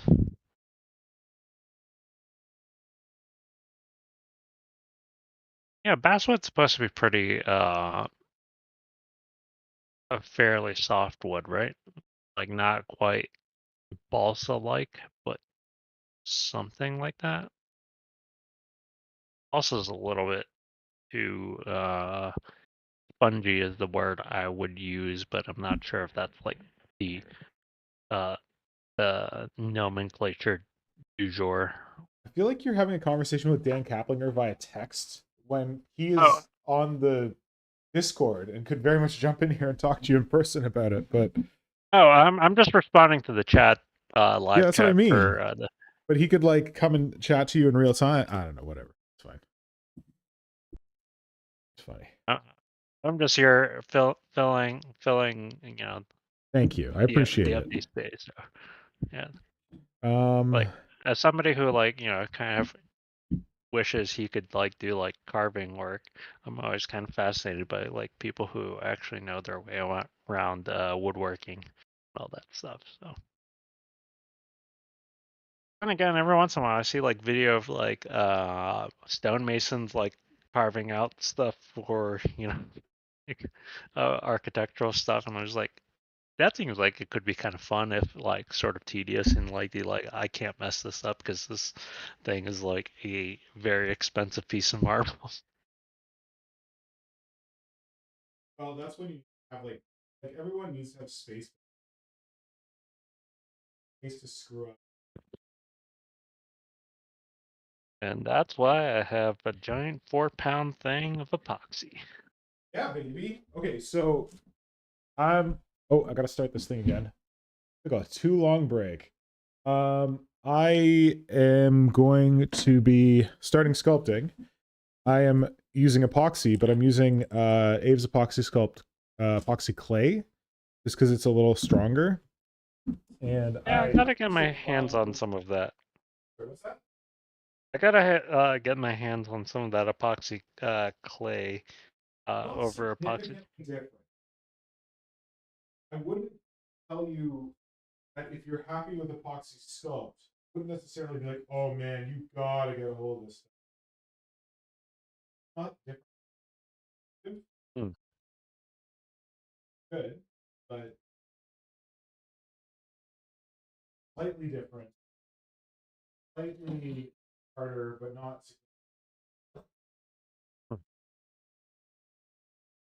Yeah, I'm not. I don't think I'm like as keen. Who is it? Vermis is the one who's been like doing his essentially exhaustive like comparison of different putties, right? Yeah, he started out with Milliput because he's a big user of Milliput, but he's been comparing a lot of different putties. I try to get him in contact with the people from Aves to get him some samples, but I don't think it worked. Yeah, I vaguely remember that entire kind of. Sorry, what was that? I vaguely remember that entire Abe's uh, side story that we had going on there. But Wait, what's that? I don't know which one you're talking about. oh, I think it was just like you getting him in contact with Aves because I think he was like trying to get in contact with them, and No, I they think you're didn't. thinking of Darth Bob and Was that Darth Bomb? Steven's Sculpture or whatever, the guy who does Bees Putty. I mean, there was that too, but Oh, this is separate. Okay. I feel like the Discord has just gone through a lot of like stuff.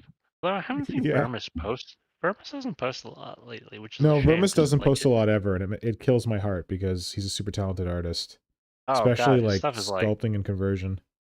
yeah. I mean, to be fair, right now it's like Frankendoodle's like, oh yeah, I just like worked on this like thing, just like half-assed this. I'm like, I hate you, Frank. Right. Like this stuff is like glorious, like perfect sculpting. You're just like, it's. Yeah, but like if you're sculpting it, you're always going to see the flaws. Like that's just the way. Yeah. So I can empathize with But that. And you look but at it for as so somebody long, you get tired of it. yeah. But as somebody who wasn't working on it and am looking at this as an outsider, it's like, God damn it, Frank. Well, he's been practicing, right? You're a pretty Yes. good sculptor. Bullshit. I pulled you into this community through Iron Beak because you had really cool ideas and you were a good sculptor. This is reminding me. I had this like proto idea for this Gene Stealer Patriarch throne, and A I throne? think yeah, because Nice. like the whole like fat patriarch like sitting on the throne idea. Did you sketch it up? No, I had like a rough idea in my head. Yeah. I'm pretty sure I posted like some preliminary like things that I had, but like I'm not I'm I'm sitting right here right and like staring at what I have in hand. There's a shit ton of epoxy sculpt that now is never really going to be break down reasonably without a Dremel, and I kind of Like, you mean feel like it's gone bad? no, it's stuff that I've kind of worked in parts and in pieces of, and I'm just like kind of looking at it, and I'm like, I could do this, all of this better, um, and I think I might rework it, Yeah. which is a shame because like I feel like I've spent a lot of time on this previous version, but at the same time, like I'm pretty sure like when I started this thing and between when I started this thing and now, like I'm feel more confident in my ability to do this better. Yeah. So like I should try doing this better, but I will forever have this hunk of cured epoxy sculpt that will sit here and tell me you can do this better. Well, you couldn't have done it better if you didn't have that practice. That's what I think. Yeah, that is true. Practice makes perfect. Yeah, and especially with like new and weird materials. Gotta practice that. I'm gonna do this. I don't have nearly Yeah, enough putty mixed. What the hell? yeah. Wait, is that like One tentacle? Goddamn. like yeah, dude? Come on, man. You're building a tentacle for Although, ants? although to be fair, you also don't want to like make too much at once, especially if like you have to like pull out a bunch to make tentacles, like small tentacles. Then you're just gonna make too much that you're not working on actively, and then it's gonna overcure You as are you're working on correct. This everything else. does So, happen. the things that one learns from, Mistakes? yeah, the amount of just like cured chunks of putty that I have that I'm just saving to just use as filler. For bases or Uh, something? no, like if I'm like trying to sculpt something bigger and I just literally need filler like Ah, material. well, it's heavy though. That's the thing. I don't really care. I really just need it to just fill up volume Yeah. to a certain point. No, but I use Um, aluminum foil because if you use cured epoxy, it's like it's heavy, and you're just gonna add yeah, more epoxy to the model anyway. So yeah. Like I don't want to add too much of it, but um, depending on what it is. yeah, It's like, wow, just if I need a right, roughly like spherical or ovoidal shaped kind of yes, things. Like, well, I got this like chunk of cured epoxy that's just sitting here, and then I can wrap that up with some foil. yeah, Um, give it a little bit of heft to, just give a little bit of body to the model, and then um,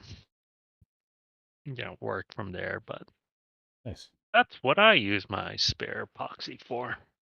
And then I always just try to have spare random ass side sculpting projects, Yeah, never ending sculpting projects yeah. that I can just tack stuff onto. So Also, if people are not aware or haven't seen my tutorials on YouTube, if you mix a lot of epoxy and you know you have too much epoxy mixed, you can put it in your freezer, and it'll last. If you keep it in the freezer and your freezer is really cold, it can last for at least a day, maybe like 2 days if you're lucky.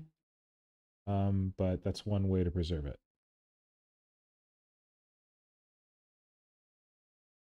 I feel like I should have just gotten like a big giant thing of epoxy and just gone ham. But I guess I could still do that.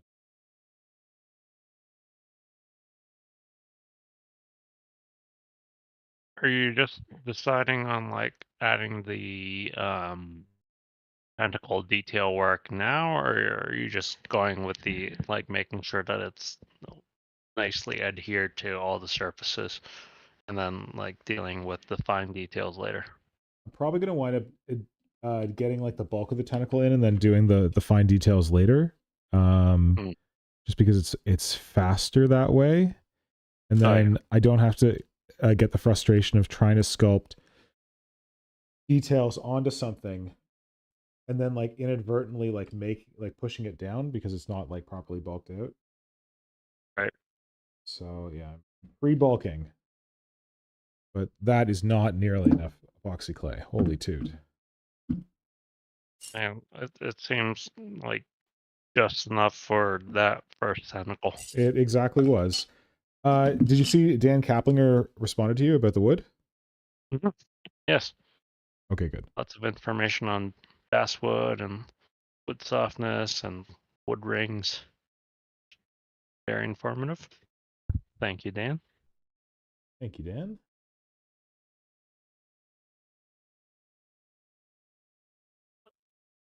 So are these two jars just jars that you put the two parts of the epoxy stuff into, or is that Yeah, what they they're came just in? mason jars. Okay. They're just like little baby mason jars. It wasn't my understanding was that the epoxy stuff tended to just come in plastic tubs. Yes, and those plastic tubs are not good for storing it. Oh Because no, one side is always more reactive to air than the other, and it will dry out in those tubs my that they part come B in. is decidedly reacting, and I should use more of it so that the reacted stuff is.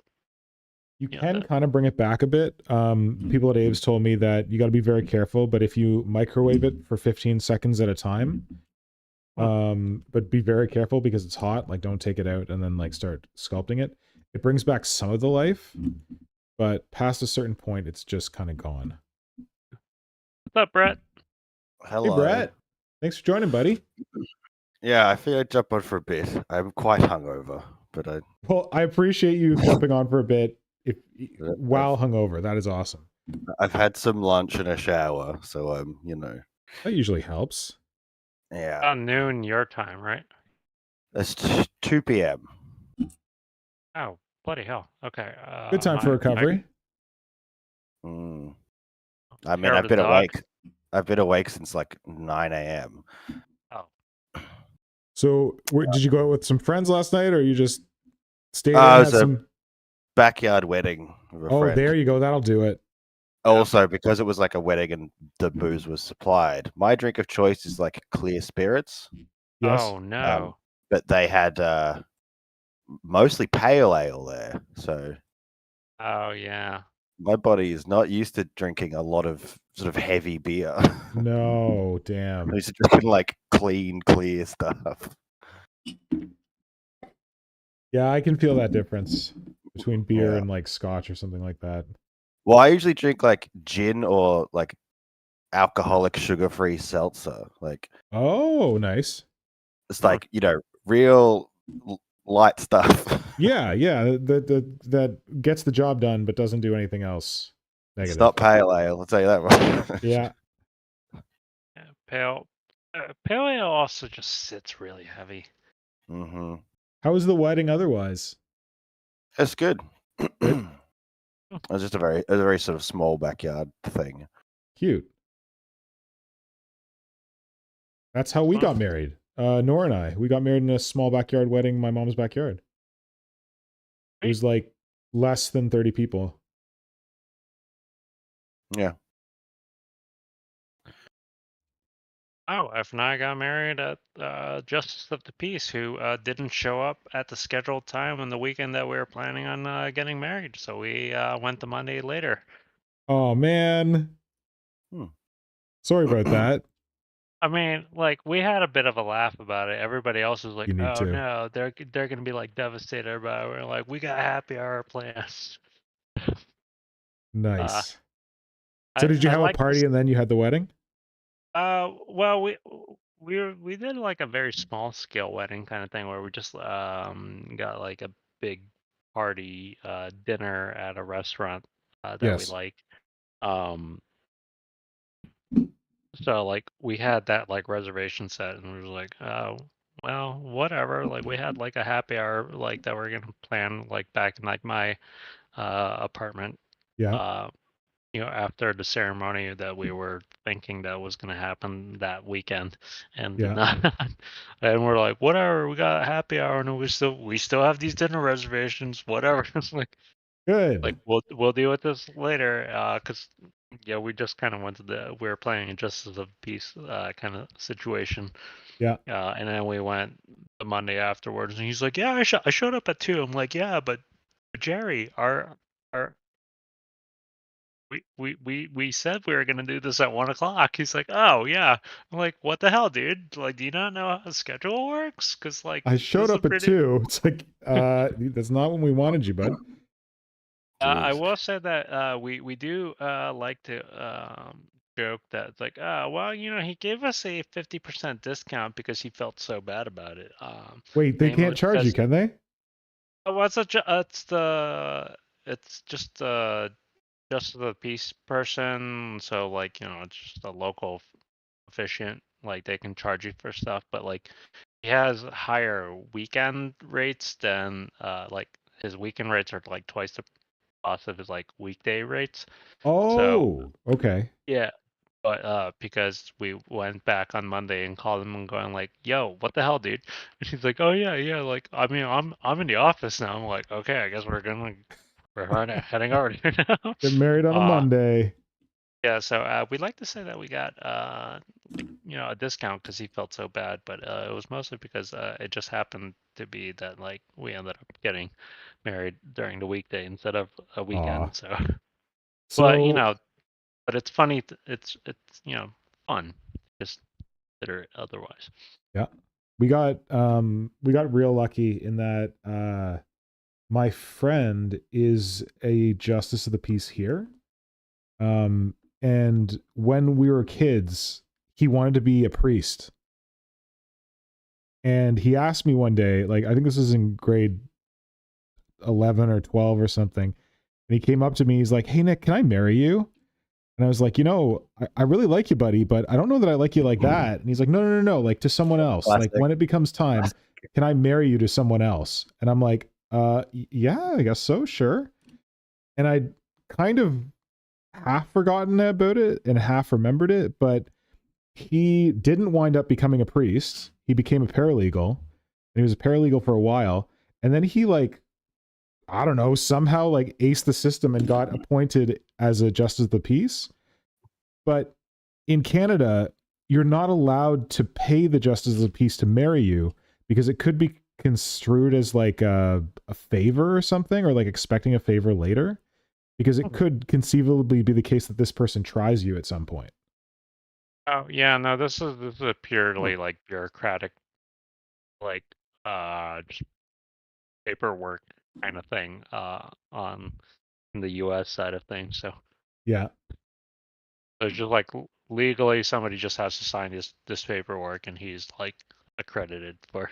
Yeah, that's basically what my buddy did too. But in Canada, there's more restrictions than in the U.S. Like my cousin got married in New York, and like their friend was able to just do a course and marry them.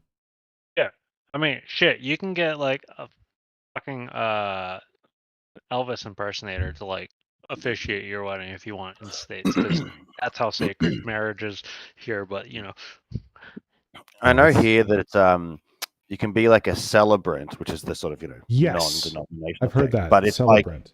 like a whole. It's not like a quick online course. It's like a year. It costs it's like Yeah. any sort of course. It costs like tens of thousands of dollars or whatever. Yeah. It's like a proper investment, so that you don't have the people who are just like I think that's kind of what it is the, here. The church of the whatever Spaghetti made-up monster. online bullshit. Yeah, but that's something else. Right. That's not a sham thing to help people marry people. That's a Joke. Yeah. Criticism. Yes. God bless. Like the United temple of States. the temple of eternal light.com or something, like whatever. Yeah. I'm pretty sure I can take an online thing to be an accredited, like, officiant in the next 10 minutes if I wanted to. Yeah, you probably Yeah. could. Start marrying everybody, regardless of whether or not they want to be married. You're married. No, I didn't want to. Too bad. Too I have late. the power. Mad, I say, mad. Will, I didn't want to get married. This is Sparta. It's like, Will, that doesn't even make sense. Tell that to the marriage paperwork that I already filled in. But I threw down the hole after you. So I was hoping to do some hobby today, but I don't think I'm up Yes. to sculpting. What about current- painting? What takes less, like what hobby thing do you do that takes less of your mental energy? Hmm. A lot of the painting I've got is all like detail work left. Yeah. I don't really Well, feel yeah, like because your early sculpting. stages are less detail, right? They're more like Yeah, getting like the colors in and stuff, getting the yeah. I've done all creepy, that. bloody effects. Mm-hmm. As a side note, Meandering Shade just popped in to say, quickly popping in to see your progress before they head to bed. Oh, Meandering Shade, thanks for swinging back. Oh yeah. I was gonna ask. I never got a proper. What is this for? What is the tile? Like, what's the plan here? So this is we had the dude on earlier who is behind this. So this is a community project or community challenge thing called 24-hour tile, and it's being run by HiveMarketMinis, who does a lot of cool conversions.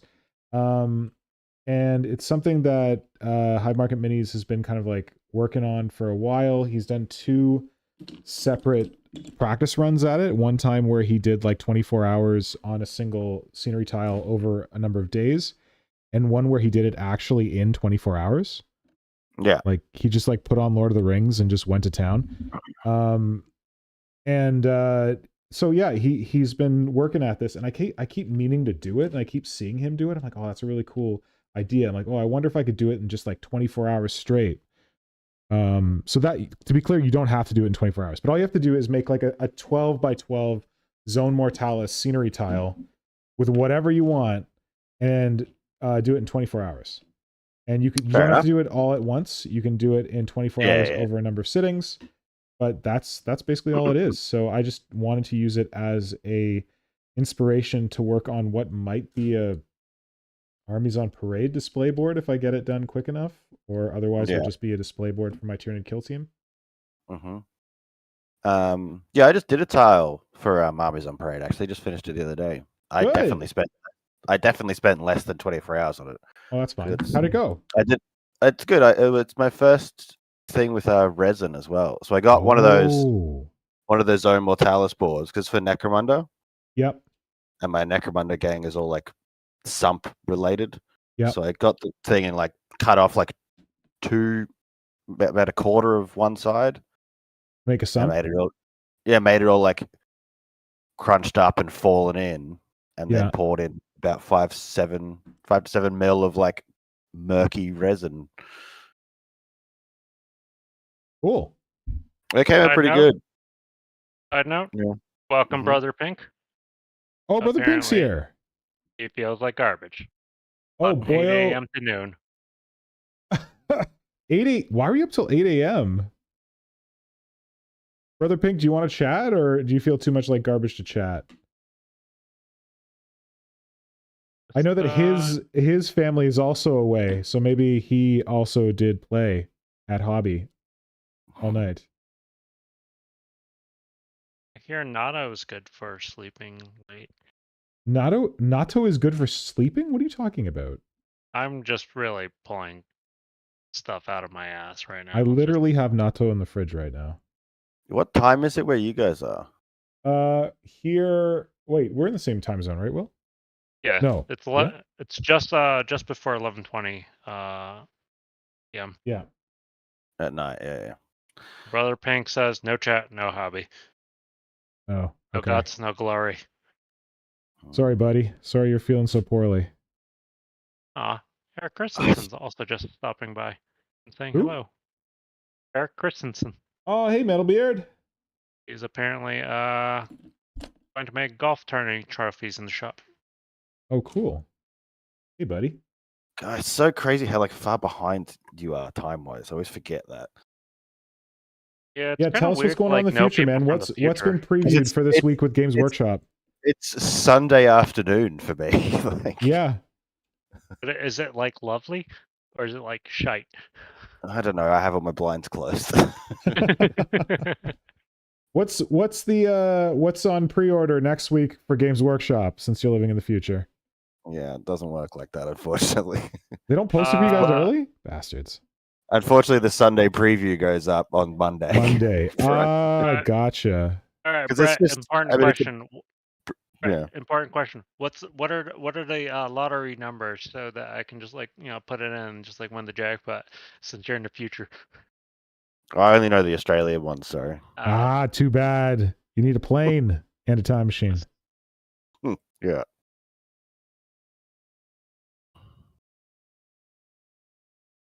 Yeah, I used to make all kinds of jokes about living in the future when I lived in Japan. Yeah. Oh, Eric Christensen's calling in from the West Coast apparently because it's 8:20 p.m. over where he Yeah, is. he's over Washington way, I think. I won't Look say at any me, more than I'm in that. the I don't want to Pacific dox anybody.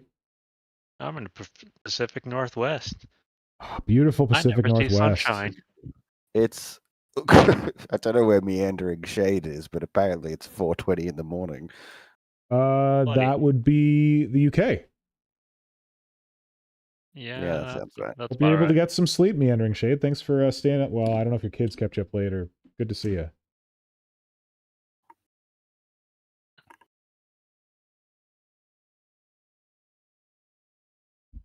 Tentacles are coming out okay. Getting some big beefies in there. I mean, if you're, and the wonderful thing about like just kind of initial base layers, that if you're not happy with them after they cure, you can always just like shave down a little bit. True. Are you Yes. still like averse to using like a Dremel to like? Yeah, pretty much. It's just Why? a mess. Like I'm working on my dining room table right now. Oh yeah, no, don't like. I wouldn't do that like in your like domestic living space. Yeah. Definitely do it in like your workshop. But even in my Which- workshop, I just feel like the Dremel's such a pain in the ass. Or just No. outside. That's what I often do. If I'm using like Yeah. resin or something, I just do it outside. Good call. I also like I don't know if I have like the right bits for my Dremel. Like I don't have any like real like cutting heads, which I think would make it better. I just kind of have hand-me-down stuff that like my dad had, so I should probably, actually. I also had like his Dremel and then it died, and then like I had like a kind of bullshitty cheap hardware store Dremel that I don't know, I may have gotten from stolen from my brother, I don't know. But yeah, it just it doesn't inspire me to want to Dremel more because it's not a pleasant experience. When I've tried to do it, it's just like a lot of work for not an amazing effect. I use mine all the time, like constantly. Yeah. Nearly every conversion I do, I use my Dremel. I just need to get a better one. I find that like anything that does like sanding bits are good for like sculpting. What do you mean? Like, do you have like carving and like sanding and like just not like cutting bits, but like stuff for basically sanding or grinding bits? I think so, but I've never really done a course or done a YouTube video to show me like which ones are the sanding bits, which ones are the grinding bits. I just kind of like grab one that I think would work and then just like try to go to town. It doesn't always work. So it's probably like the error is between chair and computer sort of thing. It's probably more me than Dremel. I'm grab my Dremel bits and I'll put up a picture on the Discord of the ones that I use. Oh, thanks. Because I basically just got a here's all the here's 30 bits or whatever sort of thing. Yeah. And I've just tested them all out and figured out what does and doesn't really work. Yeah. I've just had enough like random videos on my Facebook and like Reddit feeds of like random people like, let's do this sculpture carving out of like this red hardwood that they use a lot of Dremels for just carving out detailed bits that Yeah. I feel like if I had the right bit, I would roughly know how to use them, if not like, quite the finesse. Yes. Also, HiveMarketMinis came in that says, ooh, I see putty happening. Oh yeah, HiveMarketMinis. I finally got to the sculpting stage, which is fun. So I'm making the big chunky tentacles coming down out of the pod. And Radon comments that they got their haircut in a Dremel before, which I can imagine sucks because that always tie up your hair in any sort That's of not good. yeah. At first I heard they got their hair cut by a Dremel before. I'm like, you got a haircut from a Dremel? That's new. But caught, wait, that's worse. I mean, they might have been unintentional. Oh right, they All probably right. did get a haircut from that Dremel. So I've put up a picture and just like the Oh. general hobby thing. Yeah. Oh, that looks like a lollipop. Yeah. So I don't know if you can see this or not, Mr. Pink, but Let's see, general hobby. I can pull it up. Okay, so yeah, what's the round one? Because I got one of those. That's a cutting so one? the big round disc is a cutting one. Yeah. The sort of other brown one that's like a tube, that's for sanding. Uh-huh. What's the one that's Yeah. like a bulb on the end of a metal bulb? The two pink one. Okay, so there's there's one that has a big metal bulb and a little metal bulb. I don't know what they are, but I use them for like cutting as well. They like because sometimes you can't cut, because the cutting disc is pretty big. Yeah. But those ones I use for like more finer detail cutting. Yeah. And like sort of grinding away basically. Yeah. And then the pink ones are, I don't know, they're for sanding and polishing, I guess. But I use them for like sculpting putty, basically. Oh, okay. Like it'll give you because those big metal ones, they just rip off chunks. Yeah. And they're good for these two bits won't fit together properly. Yeah. Whereas that other one that's more for like smoothing out, like it's like an electric file, basically. Is how I use the pink cool. ones. Okay. It's probably a good That's way the to pink describe ones. The pink ones are the electric files? Yeah, is how I would sort of use them. Okay. Nice. And then the metal ones would be like an electric version of like a chisel or something. Yes. Like it's big, honk, honk, big I think chunks I've taken used up. those metal ones before, like the metal bulb one. That looks familiar to me. Yeah. I feel like I don't know that we have the right stuff to set up the cutting blade, but I should take another look. Yeah. The Well, I metal just got ones should definitely be for taking out far more material faster. So, like, if you need to take out large chunks, that's probably better. Yeah. Whereas, like as Brett said, the pink ones that they show, which is more like a sanding thing, is probably better for when you're trying to do the finer kind of polish. Yeah, when you're trying to shape something rather than hack something.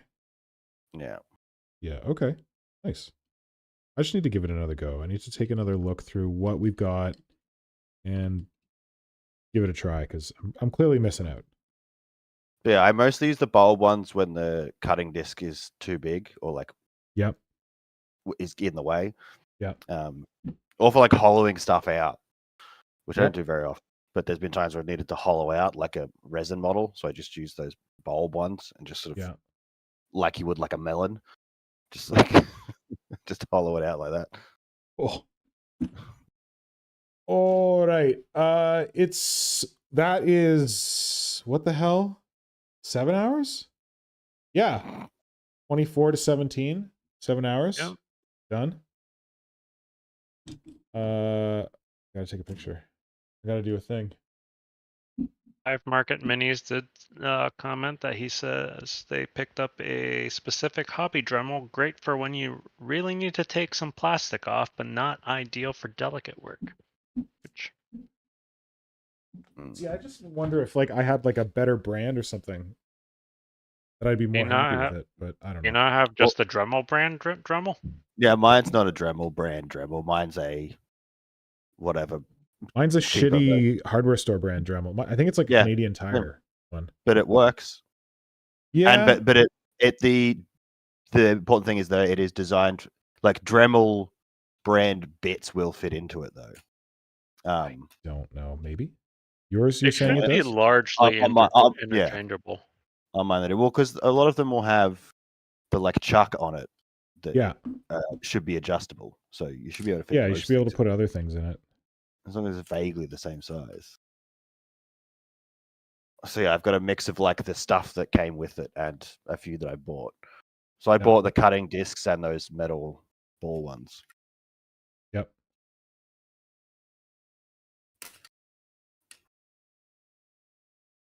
Put my tentacle too close to the wall. Is that Make the mistake all the like, time. group, What? like plastic? Is that Tamiya plastic cement that you're using? Yes. Okay. It's I buy it because I've always had it, and I'm just like, well, go back and get some more poison Tamiya cement. I appreciate Brother Pink's comment that he uses a $5 soldering iron to quote unquote cut rubbery plastic. That is definitely a solution that you can take. I've used a soldering iron to do Nurgle wings before. Yeah, I can see that. Had like bat wings and just like poked holes in them with a soldering iron. So Yeah. they were all like gross and melty. Yeah, that'll definitely get that effect. That'll do. Yeah. I was showing a picture of one of the newer posts that the War Singer posted up recently to my wife, and I'm like, yo, this is like the black magic that this man like conjures up with a hot glue gun. I conceptually, because I've seen him posting up videos of like him doing stuff. I'm like, I in theory understand how he's doing this, but like even seeing him do it, I'm like, this is black magic. Absolutely black magic. He is sacrificing to dark gods.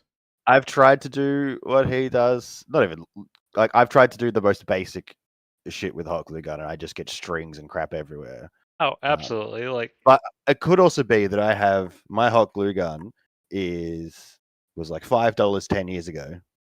Yeah. And a lot of the glue sticks that I've got are like old as hell as well. So that could be it, possibly. I mean, have you seen like the heat tip of his hot glue gun? And that's definitely not a euphemism. But like it is just encased in just like burnt old hot glue matter, and like the fact that like it's still able to heat and like work, it astounds me to no end.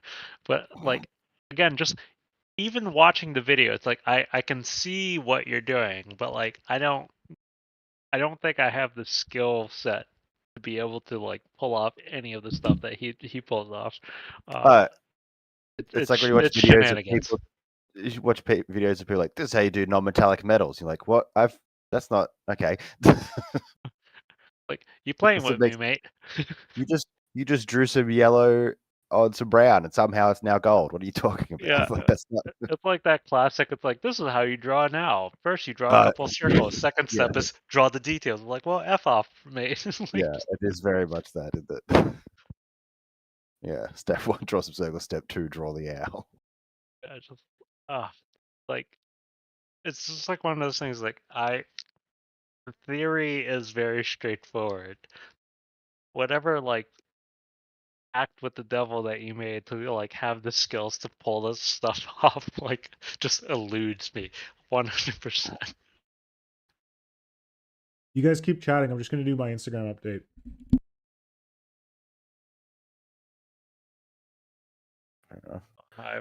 HiveMarketMinis says the news. Tamiya's #1, and they will have to try out the soldering iron technique.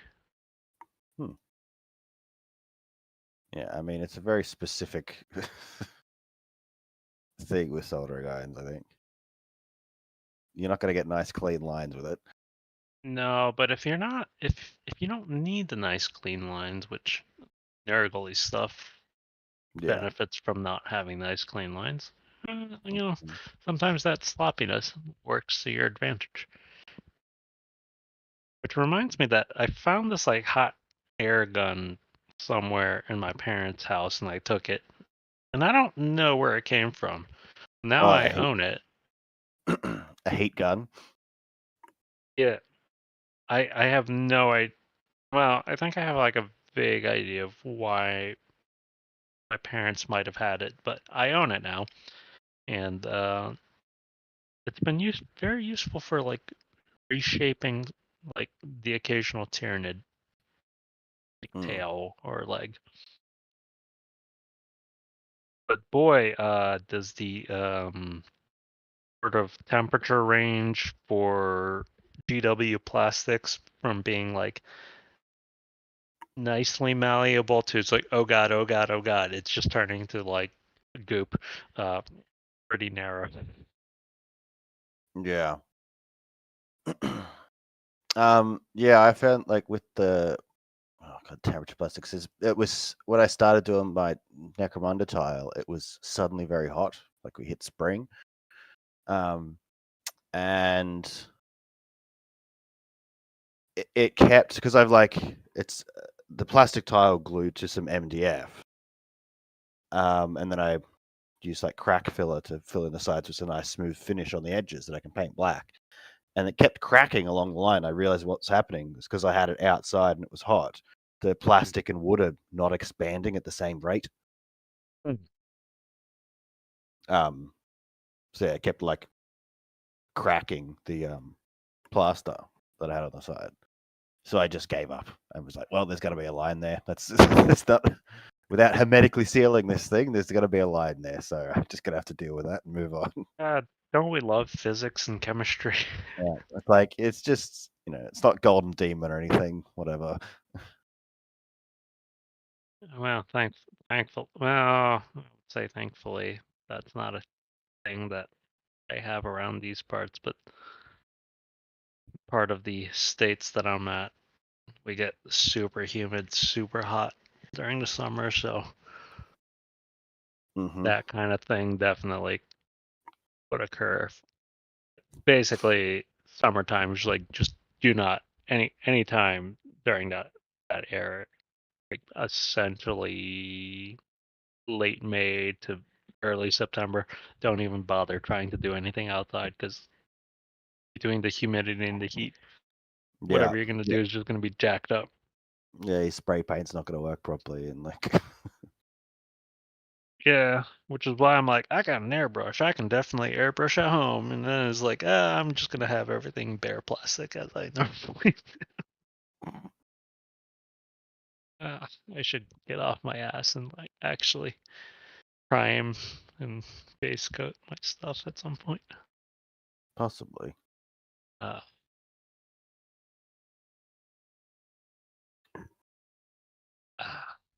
Sunday. It's good. Oh, I see Mr. Pink's hand coming back up in the video feed. So sorry, I'm just posting on Instagram. As I'm one slow. does. As I started doing this, like now I have to keep doing it. We're just telling everybody that like they should huff paint and definitely not use safety goggles when working with people. Well, the good news is that I finally posted enough on Instagram that it recognizes 24-hour tile. Yay. Blip, blip, blip, blip, blip, bleep, blue, bleep, bleep, bly, blow, blow, blow, blow, bleep, bleep, bly, blow, blow, blow, blow, blow, blow, blow, blow. Oh man, I'm just like now catching the Instagram post of your like live stream situation thing that you got going.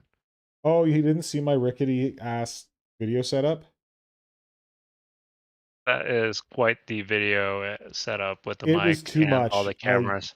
I think I shut down my computer twice by accident by this video setup. There's a lot going on in that photo, man. More than needs to. I haven't actually been using all that stuff right now.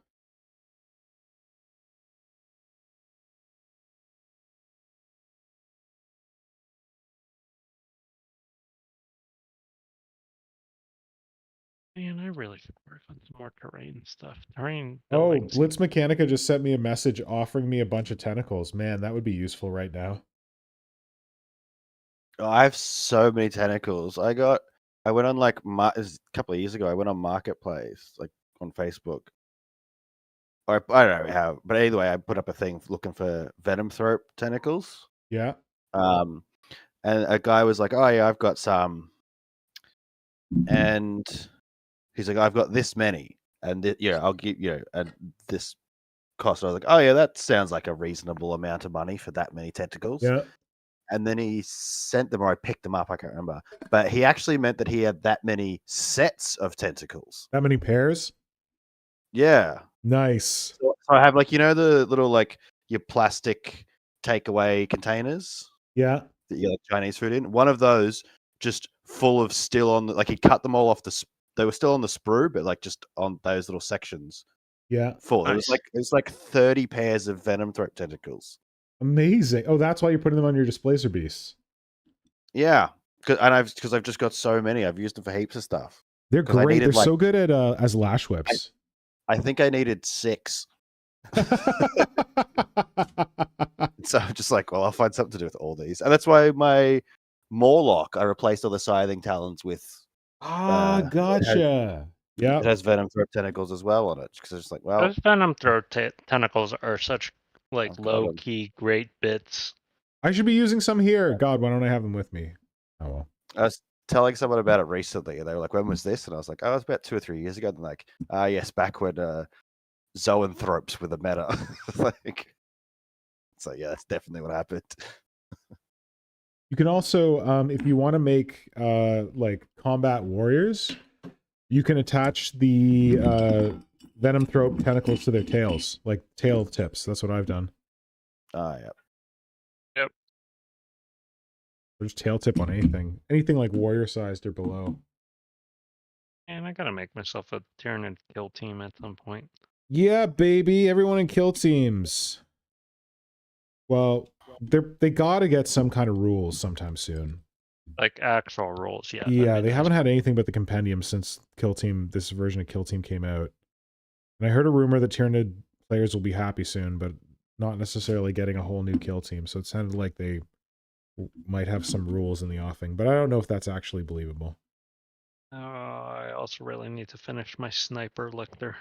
That might have been the same source that like completely mispredicted what was going to be in the next Kill Team box. They're gonna be Carnifexes. No, it was more like I think they got the Space Marine Scout part, but they were like, oh yeah, they're going to be against Eldari Storm Guardians. I'm like, but we already have Storm Guardians. They're in like the Guardian box. So I don't know what the deal is with that person. They predicted like a Gene Stealer kill team and like something else, so I don't know that that's actually happening. Elysians, they said there was going to be an Elysian kill team. Which would be fun, but... Tyranid kill team though, that makes sense. Just some Vanguard organisms. What was that? Tyranid kill team. Just a couple of Vanguard organisms. That makes sense. Wait, as Gene Stealers or? Just generally like lictors or all of the other lictors that they have. Maybe Well, some but they don't. warriors. They're too like they would be huge in kill team. Like they would have 1,000 wounds. Like a Tyranid warrior has 18 wounds in kill team, and that's like as much as like a custode. A lot of wounds. Yeah, like I'm not exaggerating. They have 18 wounds, and if you have a Tyranid warrior leader like a prime, 19 wounds. But at the same time, like every time someone hits you, they do like between 3 and like 6 damage. So it's basically like 3 wounds, but modified. Like a base trooper has, I think at least 7 or 8 wounds.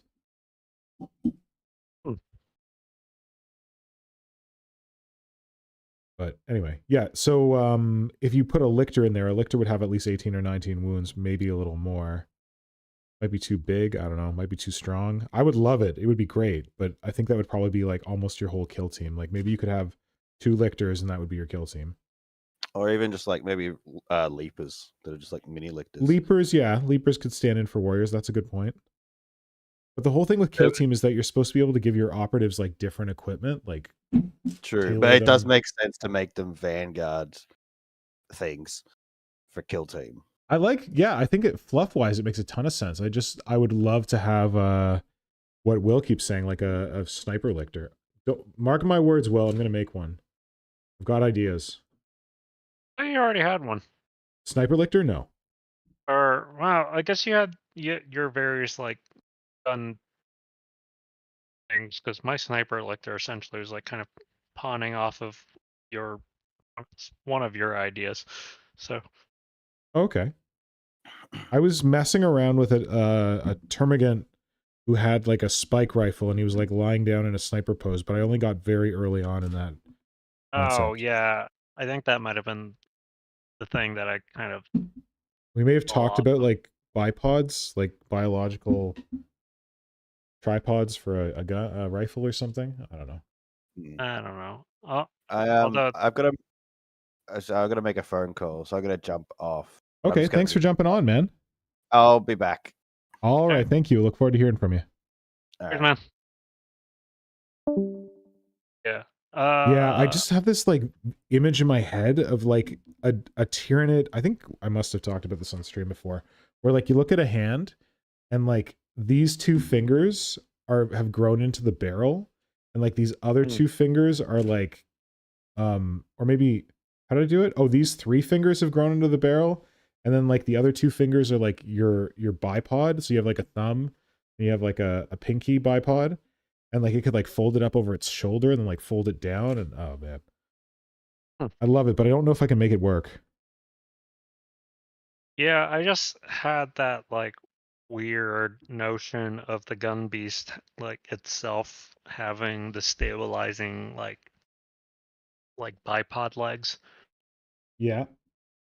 Which I've got going, makes and I sense. just really just need to like figure out how I want to like finalize the sculpt of like the full gun, and then yeah, essentially like probably finish this guy up. It'd Cool. make for probably bitch and kill team model. Yeah, but so you could use it as a warrior with a barbed strangler or a venom cannon.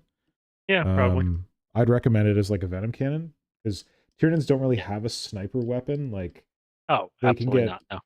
Devour in kill team. They can get Devourers, Death Spitters, Spine Fists, but need not even mention that. You can get Flesh Borers on Termagants. There's no rules for a Strangle Web or a Spike Rifle yet, but you can give your Gaunts Devourer. It just doesn't really make sense, because if you give a Gaunt to Devourer, it counts as 2 Gaunts, because the Devourer is a better gun than... The whole thing in kill team is that guns don't have range. Like they can shoot the whole board unless they're like a pistol, and then they can only shoot 6 inches. And Flesh Borers are treated as pistols in kill team. So any of your if you take a kill team with termagants, they're not that great. They can only shoot 6 inches, which is not bad, because like a shotgun in kill team can only shoot 6 inches. But anyway. Yeah, so I would say that you could, if you were to use your sniper lictor, I would say make it a venom cannon. If you didn't want to do that, you could give it a death spitter or a devourer. They're pretty much the same gun, but the death spitter does more damage. Yeah, and the devourer gets to re-roll some misses. I'd probably go as a venom cannon, if only just because I use the venom cannon as the basis anyway. So it's a pretty good gun in kill team. Yeah. Like it's good for anti-armor, but it's also good as like a kind of sniping thing. Tyranids are not amazing at shooting in kill team. Like they hit on a 4+, and then when people are like in cover, it degrades your roll for that. But what are you gonna do? I still run Tyranids with guns in the open air kill team, but if it's like into the dark, I don't bother. I mean, just do full combat. I would essentially just be running a rule of cool, so to speak. No, that's what I do. Yeah. Anyway, Like that's absolutely what you should do. Like that's why I made termagants. Like they're terrible, but I just think that's cool to have like termagants that are like operatives. But as I'm playing these games, I don't actually have enough termagants to field a termagant kill team of like my converted ones. So that's kind of my fault. Yeah, rule of cool is the way to go. Absolutely. 100%. That's why I have not won a game in a long time. That's why what? I have not won a game in a long time. Not about winning, but who has the best time. Indeed. Who has the coolest miniatures? I won only one of my 4 games, but I got an award for having cool miniatures, so that was worth it for me. Hey man, you know what you're angling for. And Sorry? pretty much it's what you're angling for in a game, and I am never going to be going for the best general and like, gamingness Yeah. thing. So all right. Never gonna be fighting to get into that sweaty tier? Yeah. Meanwhile, I'm probably calling it a night myself, but good luck with the 24-hour Tau challenge for the remaining 16 and a half hours. Thank you so much, Will. Thanks for jumping in and chatting. I really appreciate it. Yeah, I might, assuming that things are still rolling tomorrow. So how I picture this is probably going to go is I'm going to go to bed at some point, see how late I want to stay up tonight, and then go to bed. And then I have to go to Games Workshop tomorrow to play in this kill team event. So that's going to take me out from like noon till 5 or something. And then Nora is getting back from like a weekend away, so I'm probably going to have to hang out with her tomorrow night. So I might resume streaming. I might do it tomorrow morning before I go to Games Workshop, but that's all. Like, if I go to bed now, I could get up early and do some stream before Games Workshop. In fact, maybe I should think about doing that. But if I don't go to bed soon, I will be too tired to get up and do streaming in the morning before having to go play kill team. So I got to make a call. Basically, this thing will go on tomorrow at some point, either early morning before like 10:30, and I got to go, or later in the evening, but it's just a matter of how open Nora is to letting me keep all my weird shit on the dining room table when she gets home tomorrow. We'll see. Word. Yeah, so there will be more streaming. It'll happen a little bit tomorrow, and then I have plans to continue on Monday because I took Monday off work, because initially I thought I'd be recovering from a 24-hour stream, but then maybe Monday will be part of the 24-hour stream. Because I could try going for 24 hours, but I think it would wreck me. Understandable. And I wouldn't be able to do my tournament thing. Go ahead, Will. Sorry. No, just keep my eyes posted. And, I'll probably, if you're on the voice chat in the Discord, I might chime in if I Please do. see you online. I'd appreciate that. Word. All right, have a good sleep, buddy. All right, you too, man. Have a good night. Talk to you later. Bye. Later. Bye.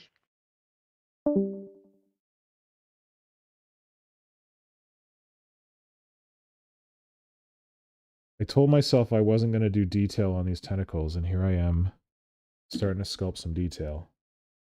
Whoops.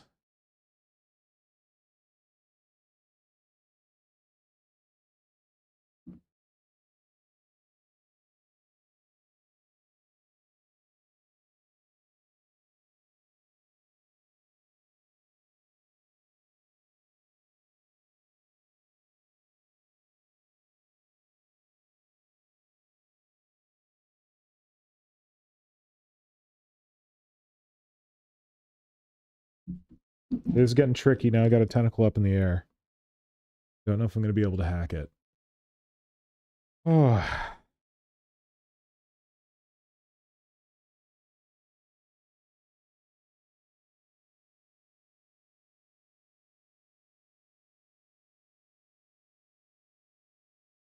Want these two coming off the same tentacle.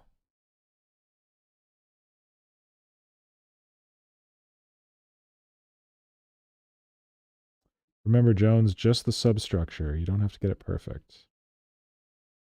Yes, indeed. Well, ain't that fortunate, because I ain't gonna get it perfect.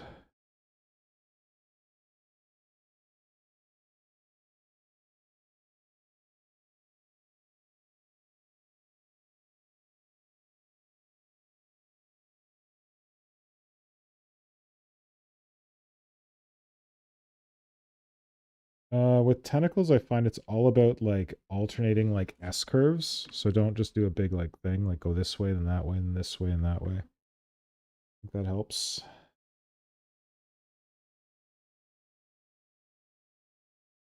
This is annoying because I can't really see the ball.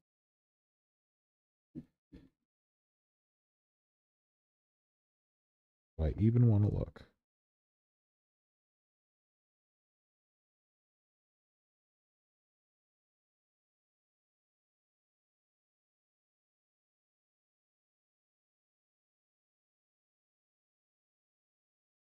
I got this one snaking underneath.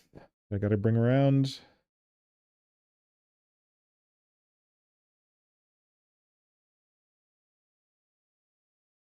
I just put glue on, so that's going to be fun. I got to remember, I still got to do some tentacles on the wall. Just spread it all out. I can lock this down.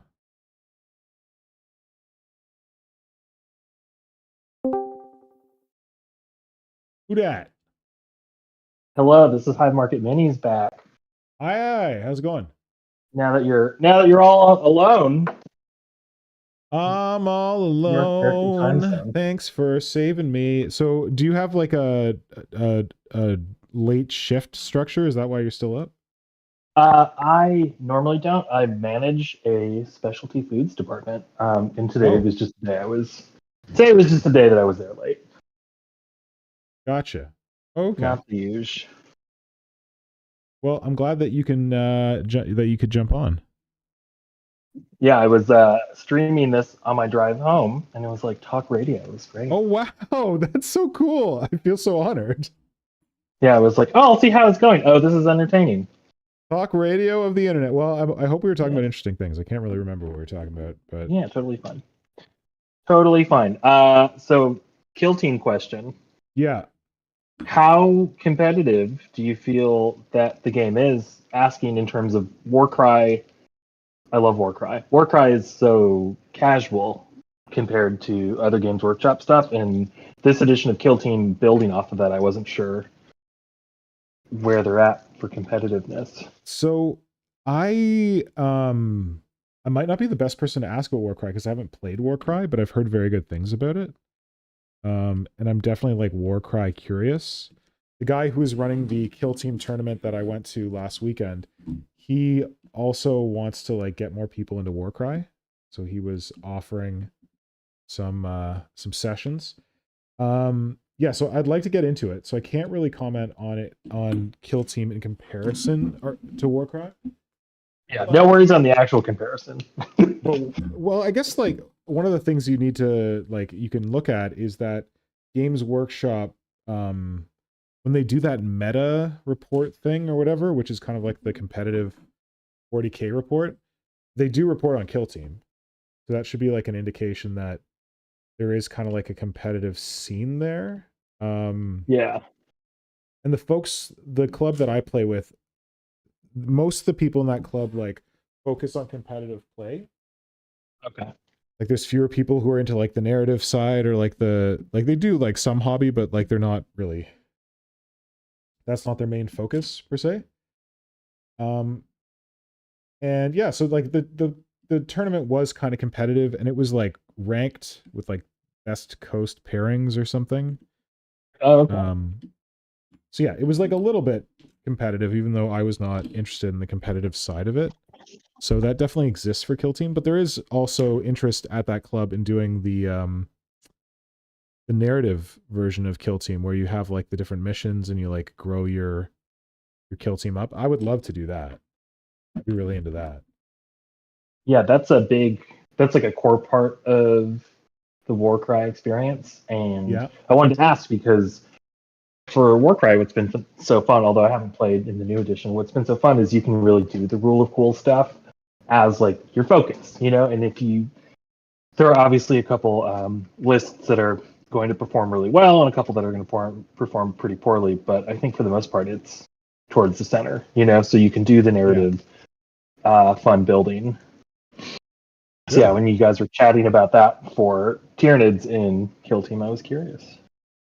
Yeah, I would recommend doing it because then, like, even if like you lose your game, like even if you go to like a competitive thing or something, you don't want to pick the team that's going to like smash face, and then like if you get your face smashed, you're like, well, why am I even doing this? Yeah, but if you pick a team that you're into and you get your face smashed, at least like you're playing something that you're interested in. Yeah. Well said. Or fluffy or something like that. Like you have like a theme for it or something. Yeah, that's been a good way to look at it, I think. Yeah, because with Warcry, and I think you can do the same with Kill Team. You're like, oops, now I have 6 of them. Oh, like you have like 6 different kill teams. Yeah, oh yeah, I think you could do that. You can just because it's not a huge investment of models at time true. compared and like to you want to try out a faction, you can just pick up one box that has their kill team in it, and you're golden. Exactly. Yeah. I've been really impressed with the releases they've done for Kill Team specifically. The what? Whether it's the Kill Team specific releases, whether it's the like entirely new Kill Team unit, I guess, or the like we're giving you this extra sprue of options for an older thing. Yes. Well, they still give you like a whole unit, but then they like add a conversion sprue to it. Yeah. I've made a lot of good stuff from the conversion sprues, so I'm like, yes, keep doing this. Question. It used to be the case that in the kill team boxes they gave you like little cards to like show you like the rules for your guys. Do they still do that, or do you have to buy a book? I think it's in. They give you a book. I'm talking about Warcry, not Kill Team. Sorry, Warcry. Warcry. I think they still give you the cards. Okay. Yeah, I picked up the Nightmare Quest one with the really freaky ghouls, and I'm pretty sure there were cards in there. Nice. That's good. Because I got Blitz Mechanica and I split the new box, the new Kill Team box that has the ogres in it and the like witch hunters or whatever, Cities of Sigmar dudes. And it comes with some kind of book that has both their rules in it. And I didn't know if that was like replacing the cards. I hope not. Yeah, because the cards were a really nice element when they first dropped it. As far as like this is all you really need to be able to keep track of it. You don't have to flip through all this stuff. You don't have to tab up your book. Which side did you get from those two? They're both very beautiful. What's that? You said you split the box. Which faction are you ending up with? Oh, take a guess. I mean, they're both great. Hopefully the ogres. Oh, hell yeah. Give me the monsters. Yeah, they look very, very well done. I was a ogre player like way back in the day when they first dropped them. So seeing these, I was like, you finally made the ugly model good. Yeah, I don't like the like short arm, short leg, big belly guys. Like I think there was a time when they were just released that I almost got tempted to get into them. But I'm not crazy about that design language. But it's these are different. Like the Gorgers, because they're skinny, because they're hungry, skinny. I guess, which is nice. Which means they're more like muscular. And honestly, though, I just want them to convert into other things. Like they look like wreck faceable monsters, Yeah, so I'm gonna like you're saying the chubby boys. I'd love to do a video where I take those ogres and I convert them into like different things for different factions. Like for Gene Sealer Cult, or for like Dark Eldar Homunculus Covens, or for Skaven or something. Yeah. That's my plan. Yeah. So that sounds good. What's that? Yeah, I think no, it sounds great. I think the bone bits, hanging off are the only thing that really kind of limits them, and those look pretty easy to trim. Yeah, you just if needed. Yeah. I plan to trim them.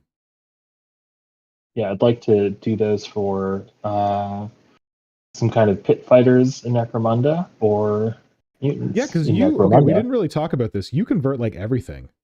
Yes, Necromunda. yeah. Like you're like, great kit. I can definitely use that in Necromunda. I don't know. Like, have you seen a kit you haven't want to use want to use in Necromunda yet? Maybe like Tyranids? I don't know. It's hard to really limit anything with that. I've definitely because when you're like bits planning, I try to have a encyclopedic visual understanding of what's out there. So even Tyranid stuff, there's I think like the I don't know the word, I'm so sorry. The Gene Stealer heads with the big tentacles. I was like, well, these are great. I'm gonna find a way to use these. Feeder tendril heads, or Yeah. the formal name I guess is Ymigarl Stealers. But I don't know. Ymigarl Stealers are supposed to be more than that. Like they began as like one of the original concepts for Gene Stealers. And then they were like, oh, let's be cute. Let's make these into like kind of special character Gene Stealers that had like special mutable abilities that they could change. But now they're just like, surprise, Gene Stealers could always have feeder tendrils as a biomorph. But now we've actually got them on the models, and this is the Ymigarl Stealer variant. It's like, what? There's more to Ymigarl than that, but whatever. Yeah, Just but getting it's into the literally just pedantic extra. Tyranid weeds now. But yeah, even that for me for Tyranid stuff, I was like, this is really cool. This is a very cool sculpt. I have to say, the Screamer Killer was the first time when they showed that where I was like, oh man, these are nice. Good. And but what would you use the Ymigarl heads for in Necromunda? So with that, I pulled it up. I would love to trim the armor plate on the forehead off. Yeah. And try to sand the head just a little bit from the back so it wasn't so bulbous and clear for that, and then use it for a some kind of just Xenos kit bash. Nice. With all the cold trader lore is really cool. So yeah, What is a cold trader? Is that like a bounty hunter or? So they are. I'm trying to think how to put it. Cold trader shore party. They are kind of like a worser version of rogue traders. Oh. Just like the more relaxed version of that, and it's not necessarily like a huge ship that they're flying around in. So, in Necromunda purposes, they have a 4-person party that they've never made official models for, and you can use, I think, really any kind of Xenos for the leader of that. Is there supposed to be Xenos?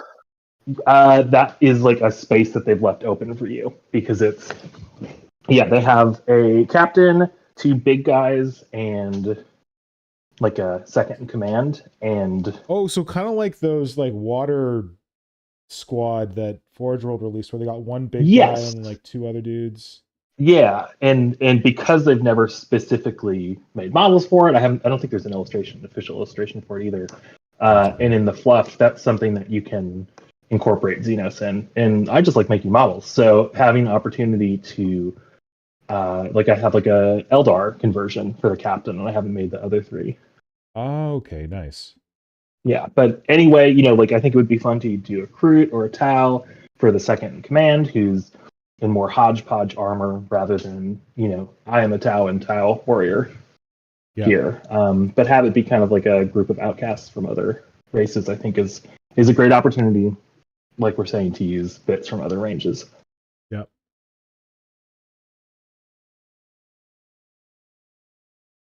So yeah, it's fun getting to slowly collect either, like I'll buy one-off models from a local place, used one-off models for cheap to take apart. Yep. Or pick up whole sprues and just have a nice back catalog for kit bashing and conversions.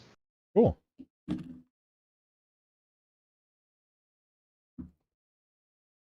But that is where, as I mentioned earlier, just kind of getting more of a handle over sculpting is, for me, the next frontier. Yes. Well, like especially like when you're converting stuff and you're combining pieces, filling in the bits between with sculpting is like one of the best ways to start, because you can just like extend existing pattern. Well, like also like you wait, did you say you said that you were good in Photoshop. Like in Photoshop, you probably know how to like extend like backgrounds and stuff like that and like clone stamp patterns and shit like that to like fill in space. Like that's basically what you're doing when you're green stuffing. Like you're just like, oh, I'm going to extend this pattern a bit, or I'm going to like replicate that pattern that's somewhere else on this model to like fill the space, or I'm just going to like put some cloth here because like I know how to sculpt cloth and I can just cover over the gaps in between. Yeah, I've been doing exactly that with like extending muscles. Oh, that's That's challenging. something that makes enough sense to me. The cloth thing I cannot figure out for the Wait, life you of said me, you and were in that's art what I want to school, learn right? most. Yes, I went to art So- school. Yeah, back in So the day. maybe you have a better understanding of muscles than I do from like if you did like life drawing or anything like that. See, that's what I was wondering because I do have that experience, and yeah, with that I was like, oh, this kind of makes sense. And I haven't painted in a long time, and I did a gang for Nova Open, and I really liked painting flesh and cloth because those are Yeah. like dynamic organic shapes, and it was guns that I was like, oh, I don't know how to do this. Oh, dude, you just put like a wash on it.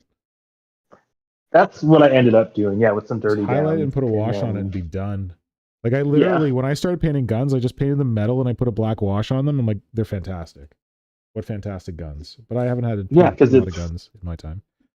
And that makes sense versus trying to like, I'm gonna pick out all these really specific highlights. I'm gonna draw these beautiful lines, and Oh, you'll go just mad. didn't make sense to me. Yeah, you'll go mad.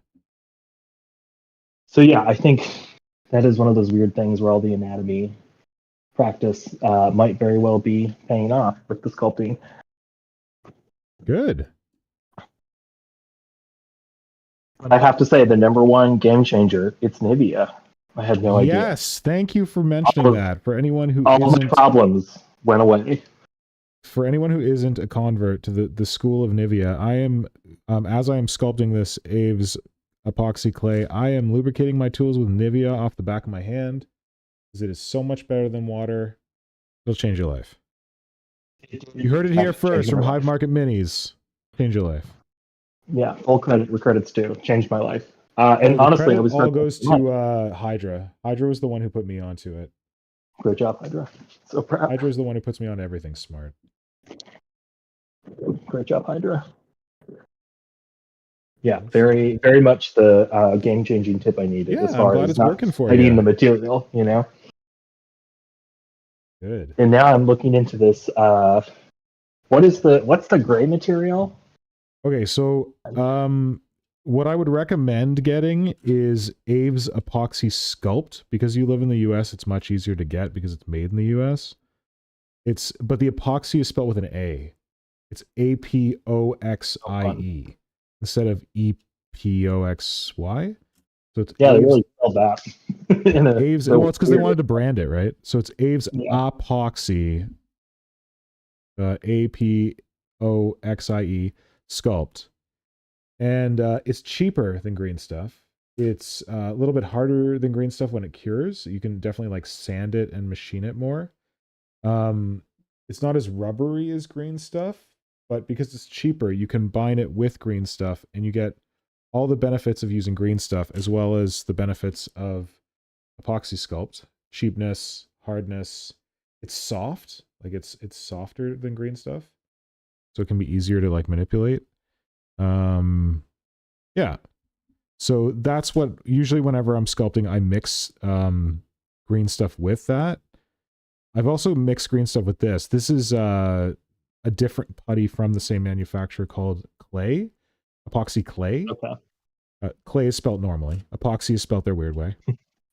And Didn't do like KLIY yeah, no. or something. It's so this is epoxy clay, and they told me that it's better for like bonding stuff than epoxy sculpt is, but I don't know. I kind of like the finish on it. I feel like it's also like a tough material, and it's easy to carve after. When I was doing the Tyranid, like the most recent Tyranid dominatrix I did, I did a lot of the legs and arms with the clay, especially like the crushing claw arms on the front. I started those off with epoxy clay, and I don't know, it just worked well for me. Still takes detail fine, but it's also the case that right now I'm like doing like a substructure, and theoretically I'm going to come back and sculpt in a detail layer as I start sculpting a detail layer right here. Yeah, I was like, this looks a little detail worky to me. Famous last words. Yeah, no, green stuff has been fine, but the thing I keep trying to figure out, and I've gotten some good tips from a few of you, wonderful sculptors online, is getting to a material that will have that more sandability for finishing. So Milliput has a bit of the sandability. Abe's epoxy sculpt definitely has it as well. I would recommend that if you're looking for sandability. Yeah. Yeah, definitely did the also, sorry, if you're making Oh. anything big and you're doing like terrain, epoxy sculpt is good because it's cheap. You can get it in like a 4-kilogram tub. Yeah, I can't believe how big it is for the price compared to, like you're saying, green stuff, which is not Especially even in the expensive. States. No, green stuff's not green bad. stuff, it's fine. Yeah. Yeah, my big future plan, forecasting far into the future on terrain, is to finish a 4x4 Zone Mortalis one with the big market that I keep coming back to as I learn more. And then to try to do a smaller board that is a lot more of these organic shapes and forms, really inspired by some of the fiction for Necromunda and 40k at large, of like the true Underhive where it's just mushrooms and everything's collapsed. I think that'd be a really fun project. That would be a lot of fun. So that would be the giving all of your cheap putty. Yes, it would be good for that. And like, still though, I would recommend like building up as much as you can in armatures, like using foam or whatever to build up the armature, and then sculpting the detail in once on top of the armature. Like you can rough it in with foil and foam, and then just use the epoxy as like the final layer to like toughen it up and get the detail in there. Yeah, that makes total sense. And you know what's even cheaper than epoxy sculpt is foil in a ball. Yep, especially if you're just like ripping it off your takeaway. That's the true pro tip. I regularly make crepes for breakfast for Nora and I, and like as I'm making the crepes, I like have the pre-made ones on like a plate with foil on them to keep them warm. And I always just like, after I'm done, I just like grab that foil, roll it up into a ball, and shove it in my studio because it might have like a little bit of butter on it, but that's it.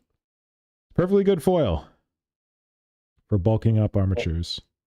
Nothing wrong with a little butter inside of your model. Butter, yeah, it just gets the model go smoothly, you know? Spoonful of butter helps the epoxy sculpt go down. Something like that. Something like that. So if you could have any, this is my kill team question for you. If you could have any Tyranid bespoke new set kill team, because they're gonna have to do it in this edition, what would you want? I honestly want a blended box. I want the Crimson Stalkers of Tenebra Prime, High Fleet Moloch's kill team that he made, where there's like gene sealers in it, there's like cool like termagants in it that like have like strangle webs and shit like that. I want them to make Gaunt level guys cool. I don't think that's actually going to happen. So I will settle for a Tyranid Warrior kill team, which is just surprise them re-releasing the Tyranid Warriors and disguising it as a kill team box. That'd be great. I mean, they could very well end up doing that. The only downside is that if they do that, I really want them to have the Winged Warriors in there, because like Winged Warriors have been a mess for a long time and that there's no model for them. And now there's a Winged Prime, so you would think that that would mean that Winged Warriors may be coming. So I would, if they redo Warrior boxes, I want there to be Winged Warriors in there, and I don't know that they would do that for Kill Team. That's tricky because I could see them doing that as, again, the like extra add-on sprue Yeah. of like, here are some wings for your options, but yeah, I don't know. But But usually again, with the add-on what's the sprue, season they add coming on stuff after you can this? use to kill team. Yeah. Sorry, what were you going to say for the season coming up? So with the new previewed box, I mean, they're getting out of the confined terrain, so I could see there being some more use for not necessarily flying, but well, I guess it is flying in Warcry, where it's like, yeah, you can just move over terrain, but you still have to land on something. Yeah, there's also a fly rule in Kill Team, but very few miniatures have it. But yeah, I guess they could just be like, YOLO, you guys can fly now. Yeah, now that they're not confined to the cramped ship, that's big open port looking thing, which looks great, and I can't wait to buy for the train yet again. Well, the terrain is not in the box. It's like a separate box.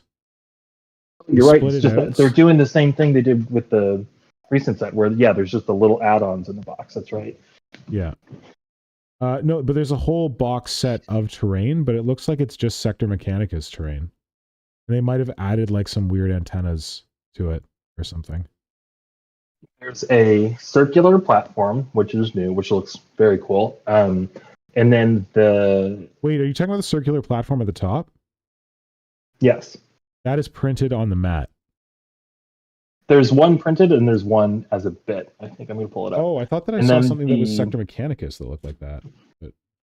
The Sector Mechanicus one is not quite the same. Yeah, it is printed on the mat. I thought you got two first, which I was excited about. And then the what do we want to call those? Like the supports are half the size of the existing Sector Mechanicus ones. Okay, right. Which is the dumb kind of thing to get very excited about, but I know that many people on Instagram and Reddit who are into terrain were like, yes, these are what I want. The Sector Mechanicus ones are so tall. Like they're not rickety, but I do worry about them toppling over. Yeah, it's like 5. I think it's the 5-inch height. So these look like they're going to be 2.5, which is the same as the. I've never actually built the Sector Mechanicus ones because I stole all the plating for the platforms to do my Gene Sealer box or Gene Sealer Armies on Parade. But those things looked very precarious. They're not pillars. Awful, but yeah, I wouldn't want to like play a very rowdy game with those after a beer or two. Yeah, I'm trying to pull up the new set. Somebody's selling the Shadow Vaults box for $500 on eBay. Shadows Vaults? What's that? That's the Kill Team one that had the what are they? Kazarkan? Is that how you say it? They're $500 on eBay right now? Somebody's got one for $329 and somebody's got one for $5, which is a little too much. Because people really want them? Yes. Yeah, they've sold out like instantly every time they've been restocked. They have Kasserkin and what? Standalone. What's the? And I think the other one is just like the kind of lame Necron one. Oh, the Heretic Circle or whatever. Yeah. I fought that one in my Kill Team tournament. It could do some shenanigans. I believe that's the one game that I won at my tournament. So there you go. They're slow. Did you say that got called early and the other guy was not pleased? What? Were you the one talking about how? You're right. Yeah. That's the one that got called early, and the guy was not happy because he realized that I was winning by 1 point, and that if he had another turn, he could like get a bunch of points. And I didn't even realize I was winning by 1 point. You're just in it for the mostly because I got the objectives, and his guys are slow, so I like kept annoying him so that he couldn't like advance on the objectives. And it was a mission where like if I activate the objective, he has to activate it himself to take it away from me, which means he has to get to it. Okay. Yeah. But they're slow.